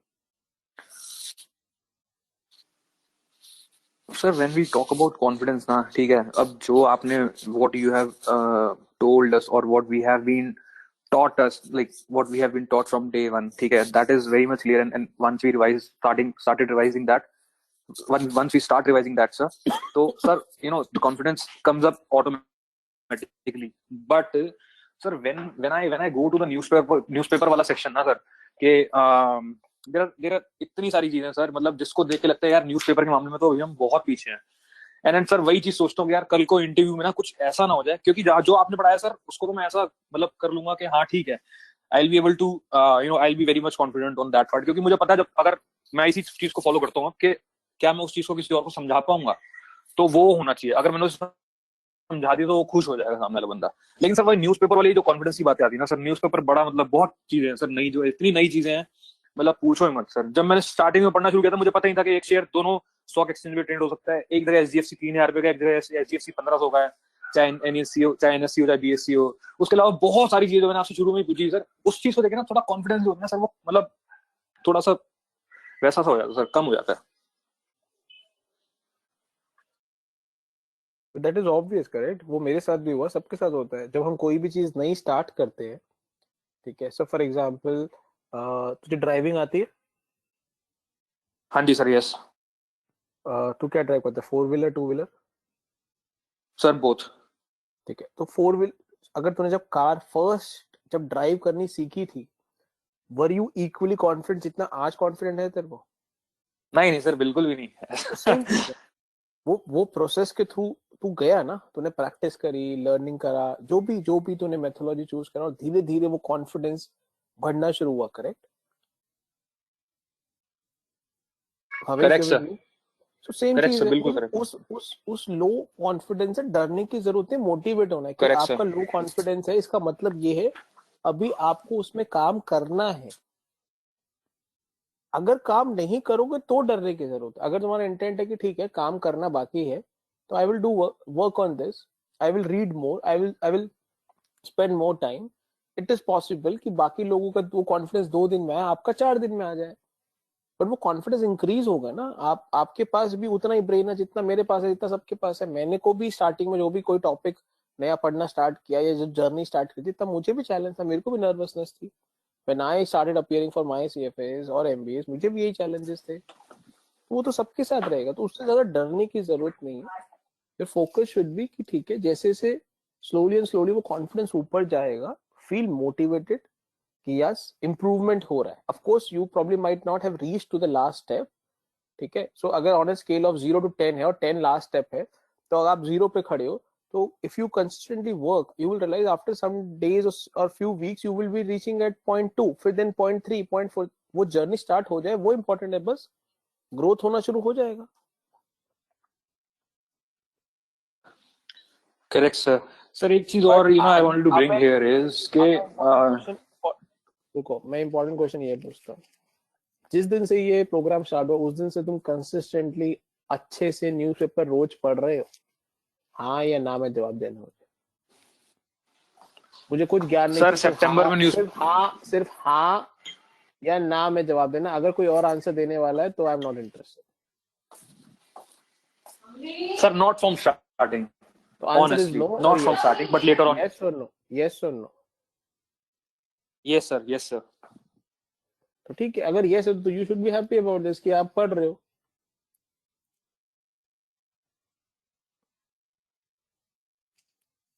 अगर आप regular correct newspaper sir. पढ़ रहे sir हो तो एक आपको चीज और खुद मेरे को आपको बोलनी थी। बोलो। सर आप पढ़ाते तो मतलब you teach us like you are teaching your CFA students, ठीक है। I know that this course is a financial analyst का कोर्स, but you teach us like you teach your CFA students और some other students, and sir same way you tell us के interview में भी ना you prepare us for that मतलब level. And but sometimes आप बोलते हो कि यार you will be on a beginner वाला level, so don't worry too much about the grilling वाला पार्ट। सर तब ऐसा लगता है कि हाँ चल ठीक है यार, मतलब तब कॉन्फिडेंस थोड़ा आता है। मतलब जब आप बोलते हो ना कि इंटरव्यू में ही विल बी लाइक वो आपसे क्वेश्चन पूछेगा करेगा and all of that stuff, तो लगता है कि बहुत ही मतलब नेक्स्ट लेवल मैनेजर लेवल के क्वेश्चन ना पूछ ले या कुछ ऐसा ना कर ले। लेकिन फिर जब कभी आप बोलते हो ना कि नहीं नहीं यार तुम लोग बिगिनर हो, बिगिनर लेवल के क्वेश्चन मतलब पूछे जाएंगे, तो थोड़ा कॉन्फिडेंस होता है वो बूस्टअप होता है। हालांकि आप पढ़ाते बिल्कुल जो हमें मतलब मुझे पता है जो आप सीएफए में पढ़ाते हो कि शायद उसी लेवल का हमें आप शायद पढ़ाते हो सर। तो रियलिटी दोनों देना इंपॉर्टेंट है ना। तो if I tell you, so for example जैसे अभी हमने ये पार्ट डिस्कस किया है, मैंने कहा उसमें जो लीगल पार्ट था मैंने आपको बताया कि इंटरव्यू में ये नहीं आने वाला है। उसका रीजन मैं क्यों बोल रहा हूँ, I want you don't waste time on that. वो आपको इसलिए बताया जा रहा है कि एज अ प्रोसेस आपको पता हो कि हाँ एमएनए के प्रोसेस में लीगल पार्ट भी होता है। पर अगर आप कोई कंपनी हायर करेगी एंड उस कंपनी का एक लॉयर भी है, तो वो लीगल पार्ट आपसे कराएगा कि लॉयर से कराएगा? Obviously lawyer sir. तो इसलिए मैं आपको बोल रहा हूँ कि ये इस रोल पे जिस जिस जर्नी जिस जिस लेवल पे आप अभी ज्वाइन करेंगे वहां पे ये नहीं आने वाला है। दो मैंने सिखा दिया है या डिस्कस कर दिया है, क्योंकि आपके आपके आपके ये प्रोग्राम में एक सब टॉपिक है। बट इंटरव्यू प्रिपरेशन के लिए के टाइम पे इस पे ज्यादा टाइम मत वेस्ट करना। अगर आपके पास 1 घंटा है तो उस 1 घंटे में ज्यादा इंपॉर्टेंट टॉपिक्स लाइंड अप है, इस टॉपिक को आप 2 मिनट दे के आगे चले जाना। तो अगर वो रियलिटी में नहीं बताऊंगा भावेश, तो आप इंटरव्यू से 2 दिन पहले कैसे डिसाइड करोगे क्या पढ़ना और क्या नहीं पढ़ना?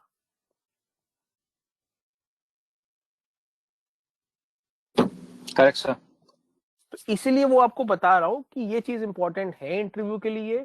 ये चीज करियर के अभी स्टेज पे आएगी, ये चीज अभी नहीं आएगी, अगले जब 2-3 साल 4 साल हो जाएंगे इंडस्ट्री में और फिर जब चेंज करोगे तब आएगी।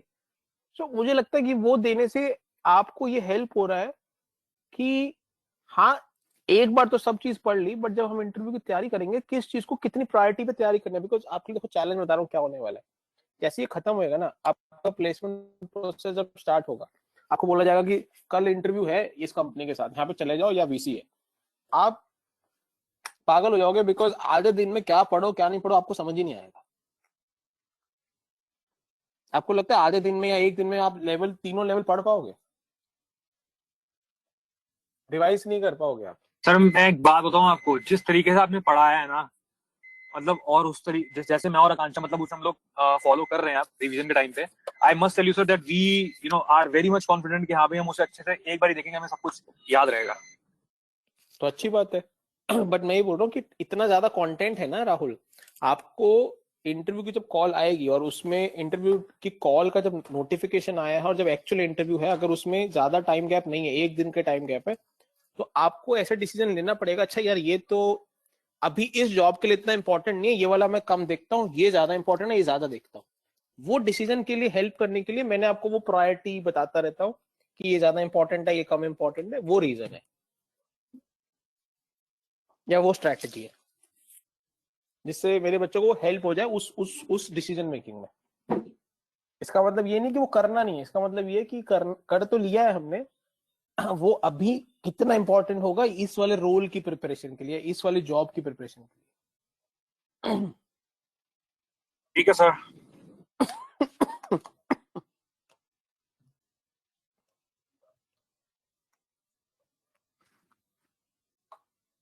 हाँ जी, और कुछ?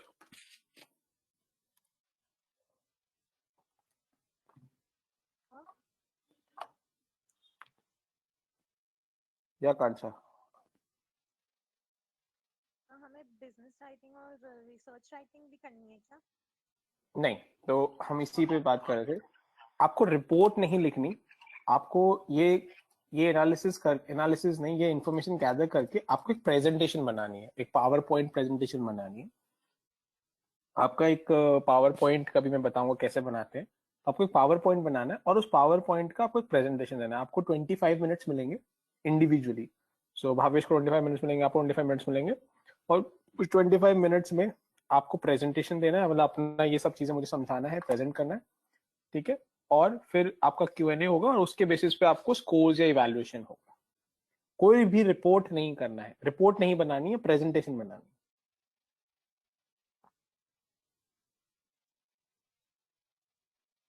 Akansha, does that answer your question?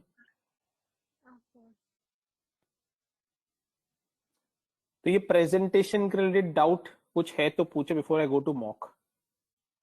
ये आपका लेवल 3 में होगा, सो इस पे काम करना शुरू कर दीजिए, टाइम लगेगा इसमें ज्यादा, और जैसे जैसे आप इस पे काम करेंगे आपके डाउट्स आएंगे आएंगे वो आप मुझसे पूछते जाइए, जहां जहां आप अटक रहे हैं वो गाइडेंस मुझसे लेते जाइए और धीरे धीरे इसको कंप्लीट करिए। मैंने एडवांस में इसलिए आपको बताया है क्योंकि इसको कंप्लीट करने के लिए, इसको अच्छे से करने के लिए you will need some time, and do not wait for final email from Damini that कल प्रेजेंटेशन है या इस वीकेंड प्रेजेंटेशन है। I would not I do not want you to start working when you receive that email. I've given you heads up in advance, well in advance, so that you start working. And of course, you will receive a formal notification when we reach to that stage. But this heads up will help you to start working and planning in that direction. Any question about this presentation?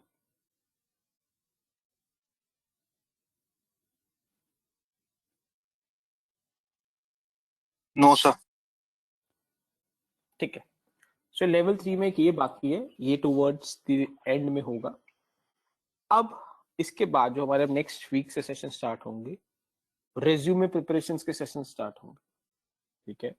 सो जिसमें आप लोगों को अपना updated resume लेके आना, आप का जो भी शेप एंड फॉर्म में आप बेस्ट अपडेट कर सकते हो वो अपडेट करके लाना। फिर I will look at it and I will tell you क्या क्या चेंजेस की जरूरत है, वो मैं सिखाऊंगा।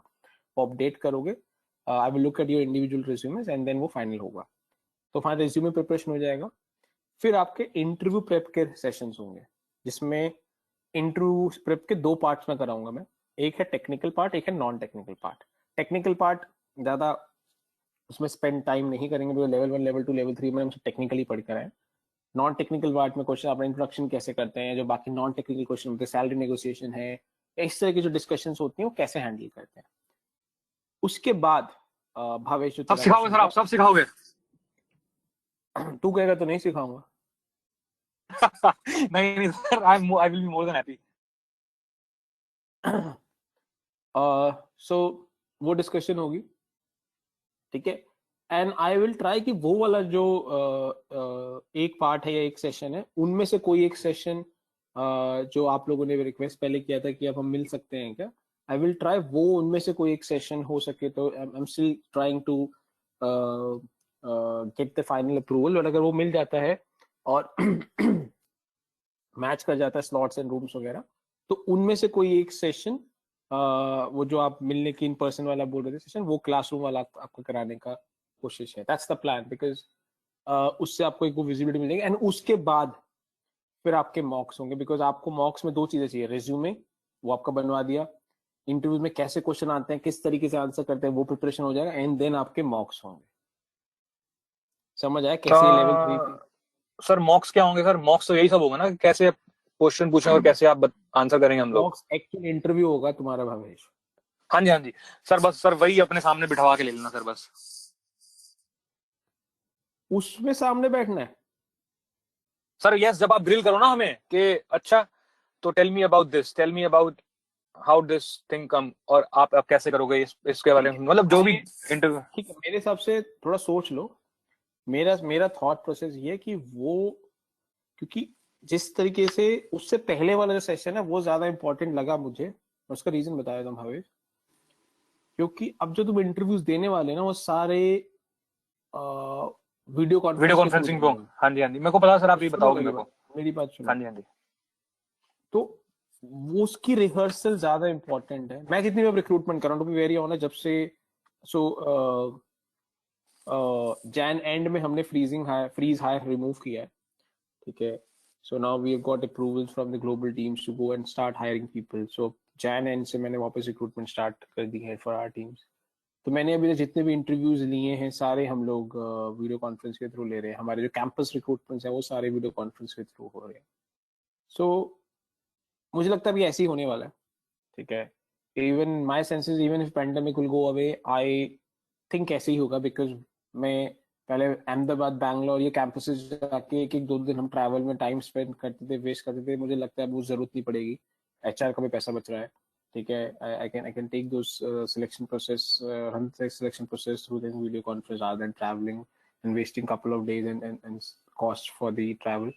So this is my guess. I don't know how the organizations will work, but ये इम्पोर्टेंट है रिहर्स करना कि किस तरीके से आप इंटरव्यू देते हैं, बिकॉज जब आप सामने होते हैं ना तो आसान होता है इंटरव्यू देना, ये पता है ना।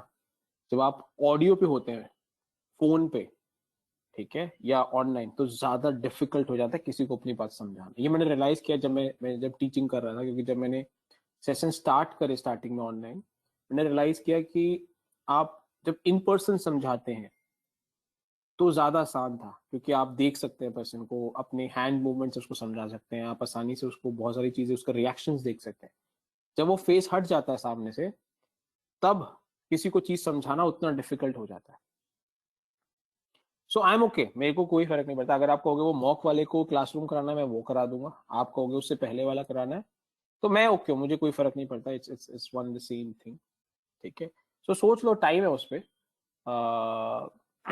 मुझे ऐसा लगता है ज्यादा बेटर वो पड़ेगा जो उससे पहले वाला हो, but having said this is perfectly okay mock वाले को करना है तो नहीं सर, आपको जैसा सही लगे सर, हम तो वैसा करेंगे।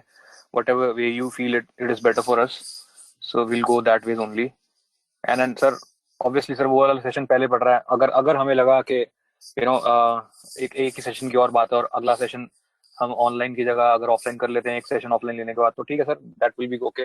But having said as per you कि नहीं, तुम्हें जरूरत पड़ेगी नहीं, क्योंकि once you will be able to get the first session offline, so second session तो ऑनलाइन चलेगा, which will be okay as well.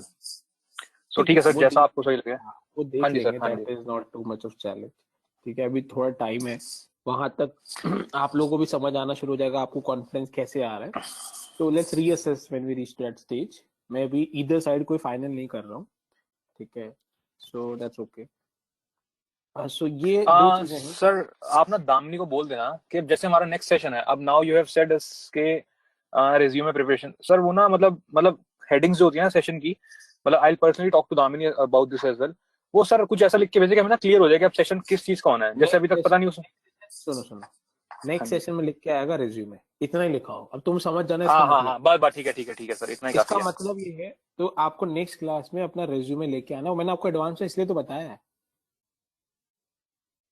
इसलिए मैं बता रहा हूँ नेक्स्ट क्लास की प्रिपरेशन आपको लेके क्या आना है। आपको अपना अपडेटेड रिज्यूमे कॉपी लेके आना, बट जो आपको ईमेल आएगा उस पर सिर्फ रिज्यूमे लिखा होगा, रिज्यूमे प्रेप लिखा होगा, ऐसे कुछ लिखा होगा, रिज्यूमे वर्ड होगा।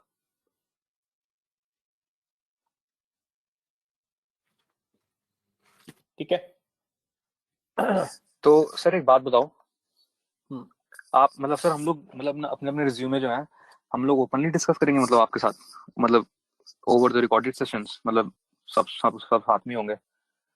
हाँ, तो विच एवर वे, सो अगर आपको चाहिए कि वो भी वन ऑन वन करना है तो भी वन ऑन हाँ वन कर जी सकते हैं। गिवन आपके बैच में स्टूडेंट्स भी कम है, तो you have that luxury. It's a luxury, it's not easily available to lot sir, of अब तो मैं और स्टूडेंट्स। आकांक्षा ही बचे हैं बस, मतलब ठीक है, आदित्य और ईशा भी आते हैं, बट हाँ सर हाँ, ठीक है। ठीक है, अंजनी भी है, सो हाँ जी, अंजनी ठीक भी है। है सर, हाँ जी। देखो, उसके अपने एडवांटेज डिसएडवांटेज बताता हूँ क्या। हाँ मैं समझ गया सर, वो सबके क्वेश्चन मिलेंगे तो अगर हमें आप, और। हाँ जी। हाँ, करेक्ट। तो आप जैसे आप जब आकांक्षा का रिज्यूमे देखोगे तो कुछ चीजें होंगी जो आकांक्षा के रिज्यूमे में कुछ चीजें मैं बताऊंगा ऐसे ठीक करो, वो तुम्हारे रिज्यूमे में नहीं होगी, बट तुम्हें वो लर्निंग एक्सपीरियंस मिलेगा। अच्छा, ऐसे होता है, ऐसे होता है। डिसएडवांटेज ये बता, डिसएडवांटेज ये है कि आकांक्षा की जो वीकनेस है वो आपको दिख जाएगी, आपकी वीकनेस आकांक्षा को दिख जाएगी। एम्बेरसमेंट हो जाएगी बस सर, और कुछ नहीं है। हाँ, तो आई थोड़ी लीव एम्बे it to you as a batch to decide. सुनो सुनो, I leave it to you as a batch, मेरा इसमें कोई व्यू नहीं है। मैंने आपको बता दिया एडवांटेज क्या है, डिसएडवांटेज क्या है। अब आप लोग आपस में सोच लेना। आप लोग अगर बोलोगे नहीं सर वन ऑन वन लो, तो मैं वन ऑन वन में ऐसे कर सकता हूँ कि मैं आपको फर्स्ट 20 मिनट्स आपको दे दूं कि भावेश उस 20 मिनट्स में आप डिस्कस कर लो, फिर आप लॉग आउट कर जाओगे, आकांक्षा डायलिंग कर जाएगी। ऐसा भी हो सकता है, गिवन आपके बैच में नंबर ऑफ स्टूडेंट बहुत कम है अभी, तो वो हो जाएगा। आप लोग सोच लो, बट फिर आपको ये नहीं सीखने को मिलेगा कि बाकी लोगों के रिज्यूमे में किस तरह की डिस्कशन हुई। ठीक है, ओके ठीक है सर। तो वो सोच लो थोड़ा सर सा जस्ट आप। To cut down on this, just to cut down on this embarrassment वाला part sir, sir what do you, मतलब ठीक है ये क्वेश्चन शायद नेक्स्ट क्लास में आएगा सर। रिज्यूमे तो मैं ले आऊंगा सर, ठीक है, बिल्कुल सच्ची बच्ची मिला के लेके आऊंगा जो भी होगा सर। मतलब आप बिल्कुल ही एक्सपेक्ट करते हो कि हम सच सच ही सब कुछ बताएं ना? नहीं, मैं कोई एक्सपेक्ट नहीं करता। मैं तुमसे एक्सपेक्ट करता हूँ कि जब भी रिज्यूमे की क्लास हो, आप वो रिज्यूमे लेके आ रहे हो जो आप एक इंटरव्यू में कैरी करोगे। मैं ये एक्सपेक्ट कर रहा हूँ तुमसे। तुम भूल जाओ वहाँ पे ट्रेनर कौन है तुम्हारा, मैं ट्रेनर नहीं हूँ। तुम वहाँ पे एक जॉब के लिए अप्लाई करने के लिए जा रहे हो, और जॉब अप्लाई करने के टाइम पे तुम क्या रिज्यूमे सबमिट करोगे, वो रिज्यूमे लेके आओ।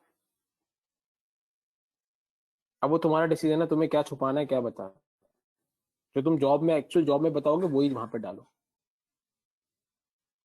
But sir, one more thing.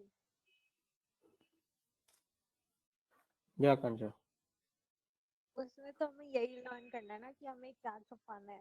Exactly sir, exactly sir उसमें तो एग्जैक्टली। हमें यही करना है। आकांक्षा, वो मैं आपको बताऊंगा ना, तभी तो रेज्यूमे प्रिपरेशन सेशन है। बट आपके हिसाब से आप एक बेस तो लेके आओगे, तभी तो मैं आपको बताऊंगा ये चीज सही नहीं है, ये चीज को ऐसे लिखना है, ये चीज को नहीं बताना चाहिए। बट आप एक बेस तो लेकर आओ। उस सर बेस मेरी में बात जो, हाँ जी सर।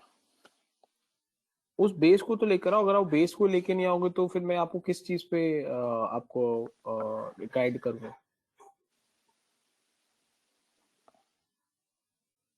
ओके सर, इतना क्या है, एम्बैरेसमेंट है तुमको, कोई तुमने नहीं था क्या, तुम सोच रहे हो तुमने कोई किसी का मर्डर थोड़ा कर रखा है, उसमें लिख के ले आओगे मर्डर कर दिया, उसके कांचा को पता लग जाएगा, तुम्हें बड़ा वो हो जाएगा। मुझे समझ नहीं आ रहा क्या होगा। ज्यादा से ज्यादा तुम्हारे 2-3 साल तुम फेल हुए होंगे, यही हो सकता है, और क्या हो सकता है।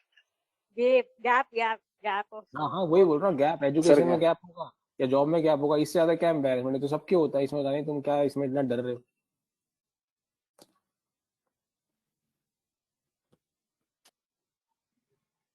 So I leave it to you, तुम डिसाइड कर लो।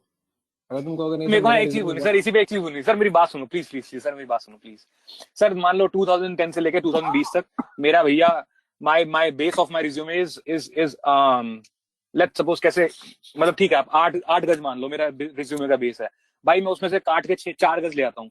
लेकिन बाद में आपको पता चलता है कि नहीं नहीं यार, तुझे 4 गज नहीं 6 गज रखना चाहिए था भाई, तुझे सब कुछ तुझे ये ऐड करना चाहिए, तो तू छुपाने की कोशिश कर, तुझे लिखना चाहिए था, वो ऐड करना चाहिए था। सर मैं ऐसा करता हूँ, मैं सारी कुछ लिख के ले आऊंगा, जो आपको सही लगेगा आप बता देना, जो आपको सही लगेगा वो मत बताना।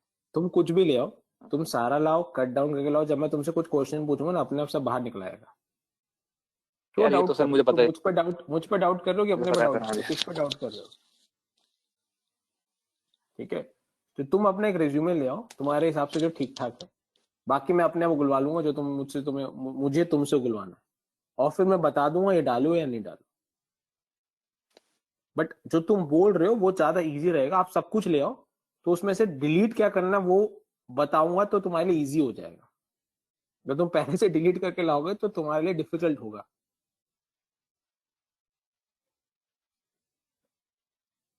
ठीक है? ठीक है सर। अरे ये वो रिज्यूमे नहीं है जो तुम्हें किसी को सबमिट करना है, ये वो रिज्यूमे है जो तुम्हारी एक्चुअल सच्चाई है, जो तुम्हारा एक्चुअल ट्रुथ है, वो ले आओ। Then let's discuss and then I will tell you कि क्या प्रेजेंट करना है।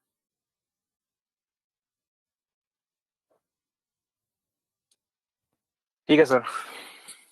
ठीक है? और अगर उसमें ऐसा कुछ है which you feel uncomfortable of discussing in front of others, तो I already given option of one on one भी कर सकते हैं। अब तुम्हें अगर वो मेरे साथ डिस्कस करने में तुम्हें प्रॉब्लम है तो मेरे सामने मत लाना फिर।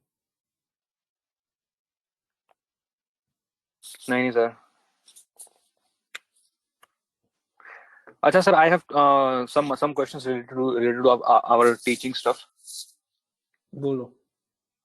Sir I know this thing for sure कि मतलब आपने जितना पढ़ाया that would be enough now.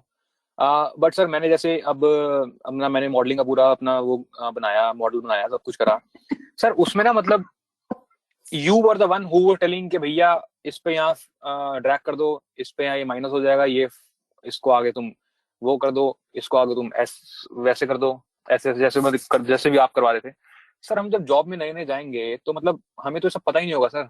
हमें तो सिर्फ यही पता होगा 5 क्वार्टर मॉडल क्या होता है, हमें तो यही पता होगा सीएफ कैसे कैलकुलेट करते हैं, हमें तो सिर्फ यही पता होगा कि डीसीएफ का मॉडल कैसे पढ़ाया सर ने आज। हमें मतलब ये होना पता होगा कि भाई इस शीट में से उसको वहां पे ले जाके, खैर इतना पता होगा कि अगर केई है केडी है उसको फ्रीज करना है, उसको फ्रीज करके अपना ड्रैग कर दो, फ्रीज करके मतलब ड्रैग करके उसको एंटर मार दो। जब उसको उसी डिस्काउंटिंग रेट को आपने फ्रीज कर दिया, ड्रैग कर दिया, एंटर मार के जो वैल्यू आएगी वैसे वैसे करके, ये सब पता होगा। लेकिन सर मतलब आप पता ना उसके अलावा बहुत सारी कॉम्प्लिकेशन है जो हमें एज अ न्यू भी नहीं पता होंगी, तो मतलब उसकी एक्सपेक्टेशन तो नहीं रहेगी ना। मतलब तुम्हें क्या लगता है वो एक्सपेक्ट करेगा तुमसे? अगर तुम हायरिंग मैनेजर हो, मैंने तुम्हारी टीम में डे 1 ज्वाइन किया, मैं फ्रेशर हूँ, ठीक है, मैंने अपने रिज्यूमे में लिखा कि हाँ मेरे को मॉडलिंग आता है, मैंने मॉडल बनाया हुआ है, ठीक है, मैंने वो इंटरव्यू क्लियर किया आपसे, तुम मुझसे एक्सपेक्ट करोगे डे 1 में मॉडल बना के तुम्हें दिखा दो? फ्रेशर हूँ, तुम एक्सपेक्ट करोगे मुझसे? नहीं सर, क्या क्योंकि एक्सपेक्ट मॉडलिंग तो बहुत ही बड़ा करोगे टास्क है। मुझसे? क्या एक्सपेक्ट करोगे कि तुम्हें एबीसी आता है, आगे मैं अब धीरे धीरे मेरे साथ सीखूं? हाँ या ना? Correct sir. वही वही उसी के लिए तैयार कर रहे हैं तुम्हें। ठीक है क्यों सर। सोच रहे सर हो? अरे और तुम्हारा टारगेट होना चाहिए भावेश, मुझे एंट्री करनी है, एंट्री, उस इंडस्ट्री में घुसना है अंदर। घुसने के बाद क्या होगा अभी मत सोचो। अगर तुमने अंदर घुस गए तो company will take care, company will give you training, don't worry. ठीक है सर। एंट्री ही नहीं होगी, मैं बता रहा हूं तुम्हें, एंट्री पे फोकस करो, अंदर कैसे एंटर करना है, बस वो टारगेट होना चाहिए। That is a war for you. वो वॉर जीत ली तो लाइफ सेटल्ड हो जाएगी, उसके बाद की टेंशन मत लो। कंपनी आपको लर्निंग देगी, ट्रेनिंग देगी, there would be people around you जिस जो आपको प्रोजेक्ट्स में हेल्प करना शुरू करेंगे, ठीक है। आप और लोगों के साथ सपोर्ट में काम करोगे तो धीरे धीरे देखोगे कैसे हो रहा है, क्या हो रहा है, कौन सी इंडस्ट्री पे काम कर रहे हैं। इतनी सारी ट्रेनिंग्स होती हैं वहां पे, इतने सारे आपको डेटाबेस का एक्सेस मिलेगा जिसमें इतना कुछ पढ़ने के लिए होगा। आप धीरे धीरे पढ़ोगे, उनके टीचिंग मटेरियल्स, रीडिंग मटेरियल्स होते हैं, सब मिलेगा वो। बट पहले एंटर तो करके दिखाओ। तो मत ज्यादा सोचो गलत चीज के ऊपर, वो चीज अभी बहुत आगे है। पहले एंटर करो, इतना ही टारगेट होना चाहिए, उसके बाद things will become easy.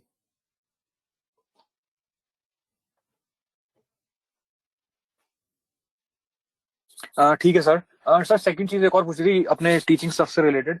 Sir जो आपने पढ़ाया ना मतलब मैं तो यही मानूंगा कि ये मेरे लिए 100% है, ठीक है, इसके अलावा एक सेकंड, आपको एक नहीं सेकंड, लगा होगा। Before we go to the next question, एक और चीज आप कर सकते हो ऑन द प्रीवियस क्वेश्चन। जो मैंने मॉडल बनवाया है हम्म। उस मॉडल को एक ब्लैंक एक्सेल शीट पे दोबारा बनाने की कोशिश करो। ब्लैंक एक्सेल शीट पे दोबारा स्क्रैच से खुद बनाने की कोशिश करो। तो उससे क्या होगा, आप खुद करोगे धीरे धीरे वो सारी चीजें, टाइम लगेगा बट करोगे तो खुद ही धीरे धीरे, तो आपको धीरे धीरे वो कॉन्फिडेंस भी आ जाएगा जो शायद तेरे को अभी कॉन्फिडेंस नहीं है कि मैं खुद बना पाऊंगा कि नहीं बना पाऊंगा। तो वो भी आप एक ट्राई कर सकते हो। ठीक है sir, I'll go for that. बोलो। सर मैं ये बोल रहा था कि सर सर जो आपने पढ़ाया ना सर, मतलब जो अभी तक आप लोगों ने हमको कवर कराया, जो भी आपने हमें पढ़ाया इस ट्रेनिंग के दौरान, जो भी आपने टॉपिक्स कवर कराए, मेरे लिए वो 100% है सर। अब इसके अलावा मुझे नहीं पता कि एडवांस एक्सेल क्या है।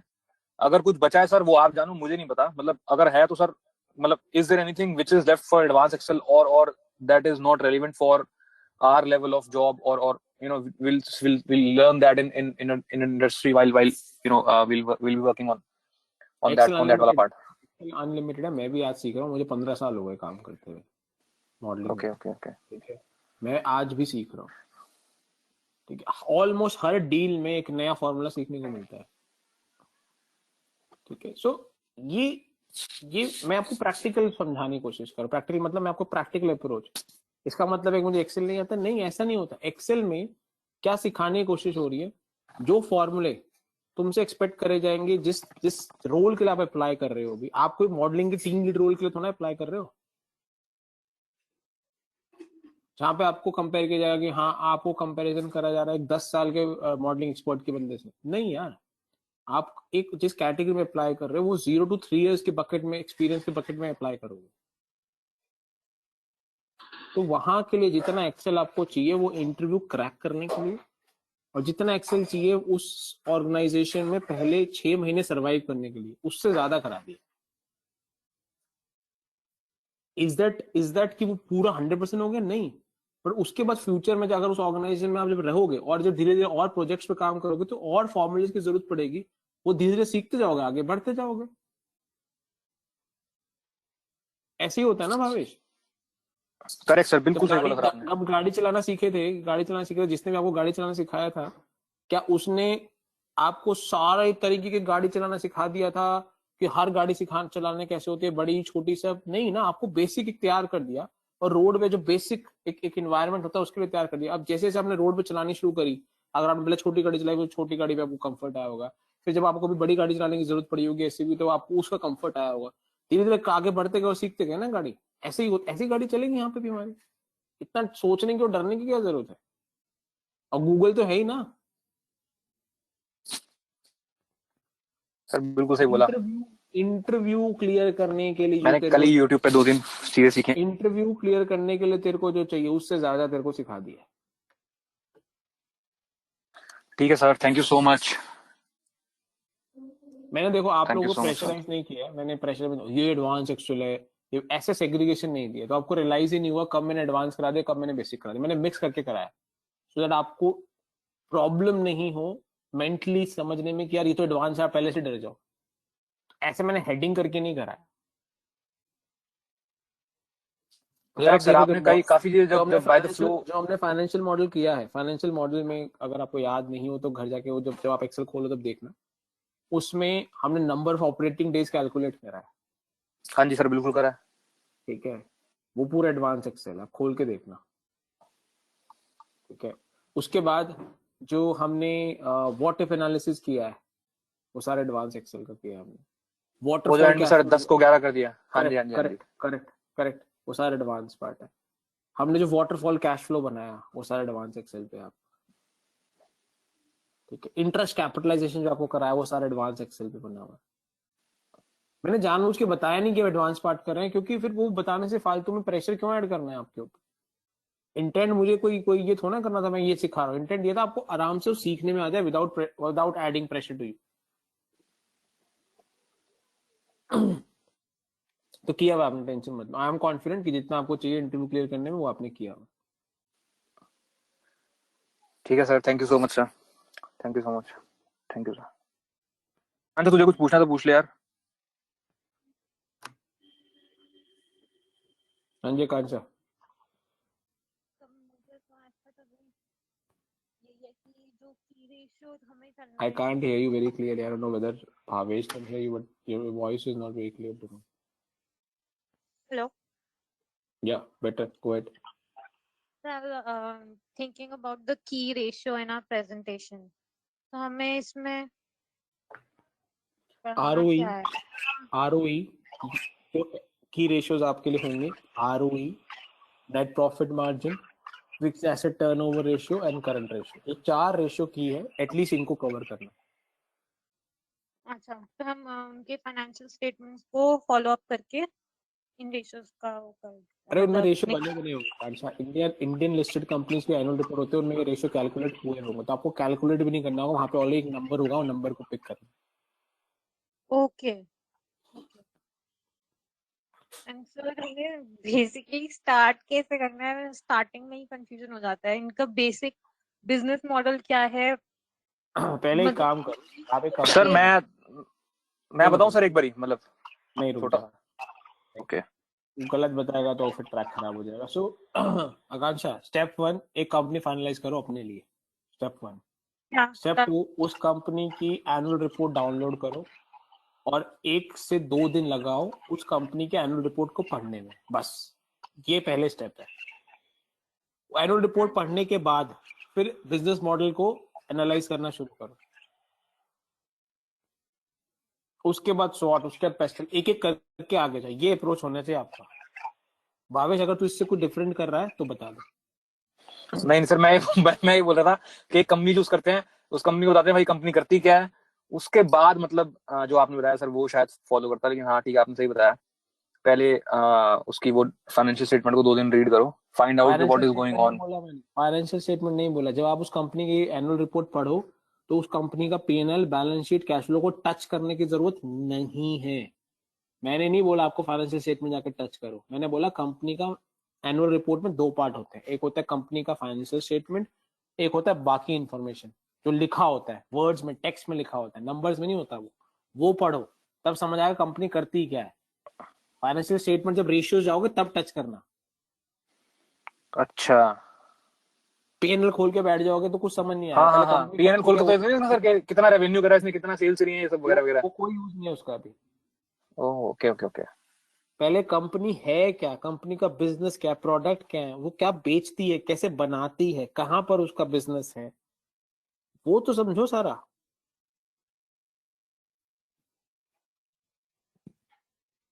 आकांक्षा क्लियर है? करो स्टार्ट, जहां जहां अटको मेरे से पूछना ना, मैं आपको बोलते रहा हूँ, कोई एंड सुना है आज की, आज का आपका प्रोग्राम खत्म हो गया चलो भागो यहाँ से, that's not the way, correct? I was reading about something, उनके जो मेन हेडर्स थे उनका अर्बनाइजेशन, उनका supply chain, is it the annual report I am reading और इज इट समथिंग एल्स? पहले आपको ये मेरा कंपनी शॉर्टलिस्ट करनी पड़ेगी आकांक्षा। जब तक कंपनी शॉर्टलिस्ट नहीं करोगे आगे की अप्रोच अलग अलग हो जाएगी, कौन सी कंपनी सिलेक्ट करते हो आप, पहले कंपनी को फाइनल करो। कंपनी तो फाइनलाइज करेगी। कौन सी कंपनी फाइनल करी आपने? टीरेंट। सॉरी? टीरेंट इंडियन लिस्टेड ही ठीक है, है, ओके। बट है वो एक्चुअली ग्लोबल है, मतलब वो सिर्फ इंडियन नहीं है। नहीं ठीक है, इंडिया में लिस्टेड है, यस, इट्स लिस्टेड इन ठीक है। इंडिया। तो अगर इंडिया में लिस्टेड है, उसकी एनुअल रिपोर्ट पढ़ ली है आपने? वही तो पूछू, एनुअल रिपोर्ट ये इन्वॉल्व करता है या it's something different from what I am reading?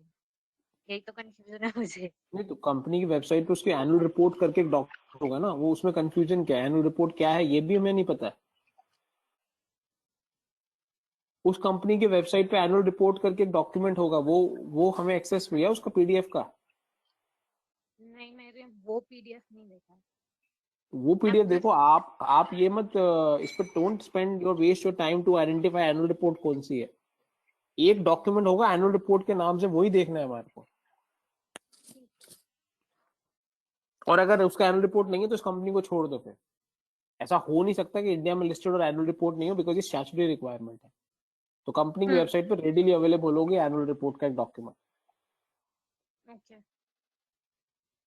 Company की वेबसाइट पे इन्वेस्टर्स करके कोई टैब होगा, इन्वेस्टर्स डेस्क, इन्वेस्टर्स रिलेशनशिप, ऐसे करके कोई टैब होगा, उस टैब के अंदर कहीं ना कहीं एनुअल रिपोर्ट मिलेगी आपको। ओके। ठीक है। सो जस्ट मैंने समराइज कर दिया कि आपको प्रेजेंटेशंस पे काम करना शुरू करो, नेक्स्ट क्लास में रिज्यूमे लेके आना है, हम लोग रिज्यूमे स्टार्ट करेंगे और फिर आपके इंटरव्यू प्रेप होंगे। तो अभी now we heading towards mocks and presentation, उनके दोनों के असेसमेंट होगा, इवैल्यूएशन होगा। So start working towards this. ये आपके इस रिले रेस का लास्ट पार्ट है, ठीक है। लास्ट लैप समझ लो. So please try and ensure कि you run well on this last lap.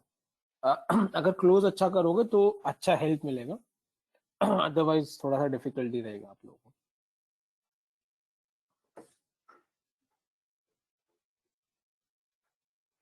कुछ पूछना है और भावेश, आकांक्षा, अंजनी, अगर आप कुछ पूछना हो तो.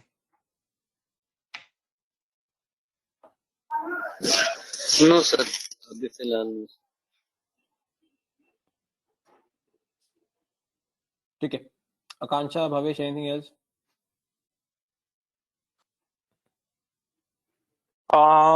सर नो, बहुत आज के लिए तो इनफ है सर.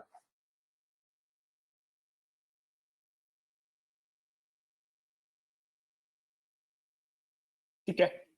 सो resumes अपडेट कर लो whatever you can, and then जो भी अब नेक्स्ट क्लास पे आपको resumes का आएगा टॉपिक, उसमें आप resumes और try and please log in through laptop, because next class में आपको लैपटॉप, आपको resume मुझे दिखाना होगा. so don't waste time कि मैं फोन से डाल गया, वो सब मत करना.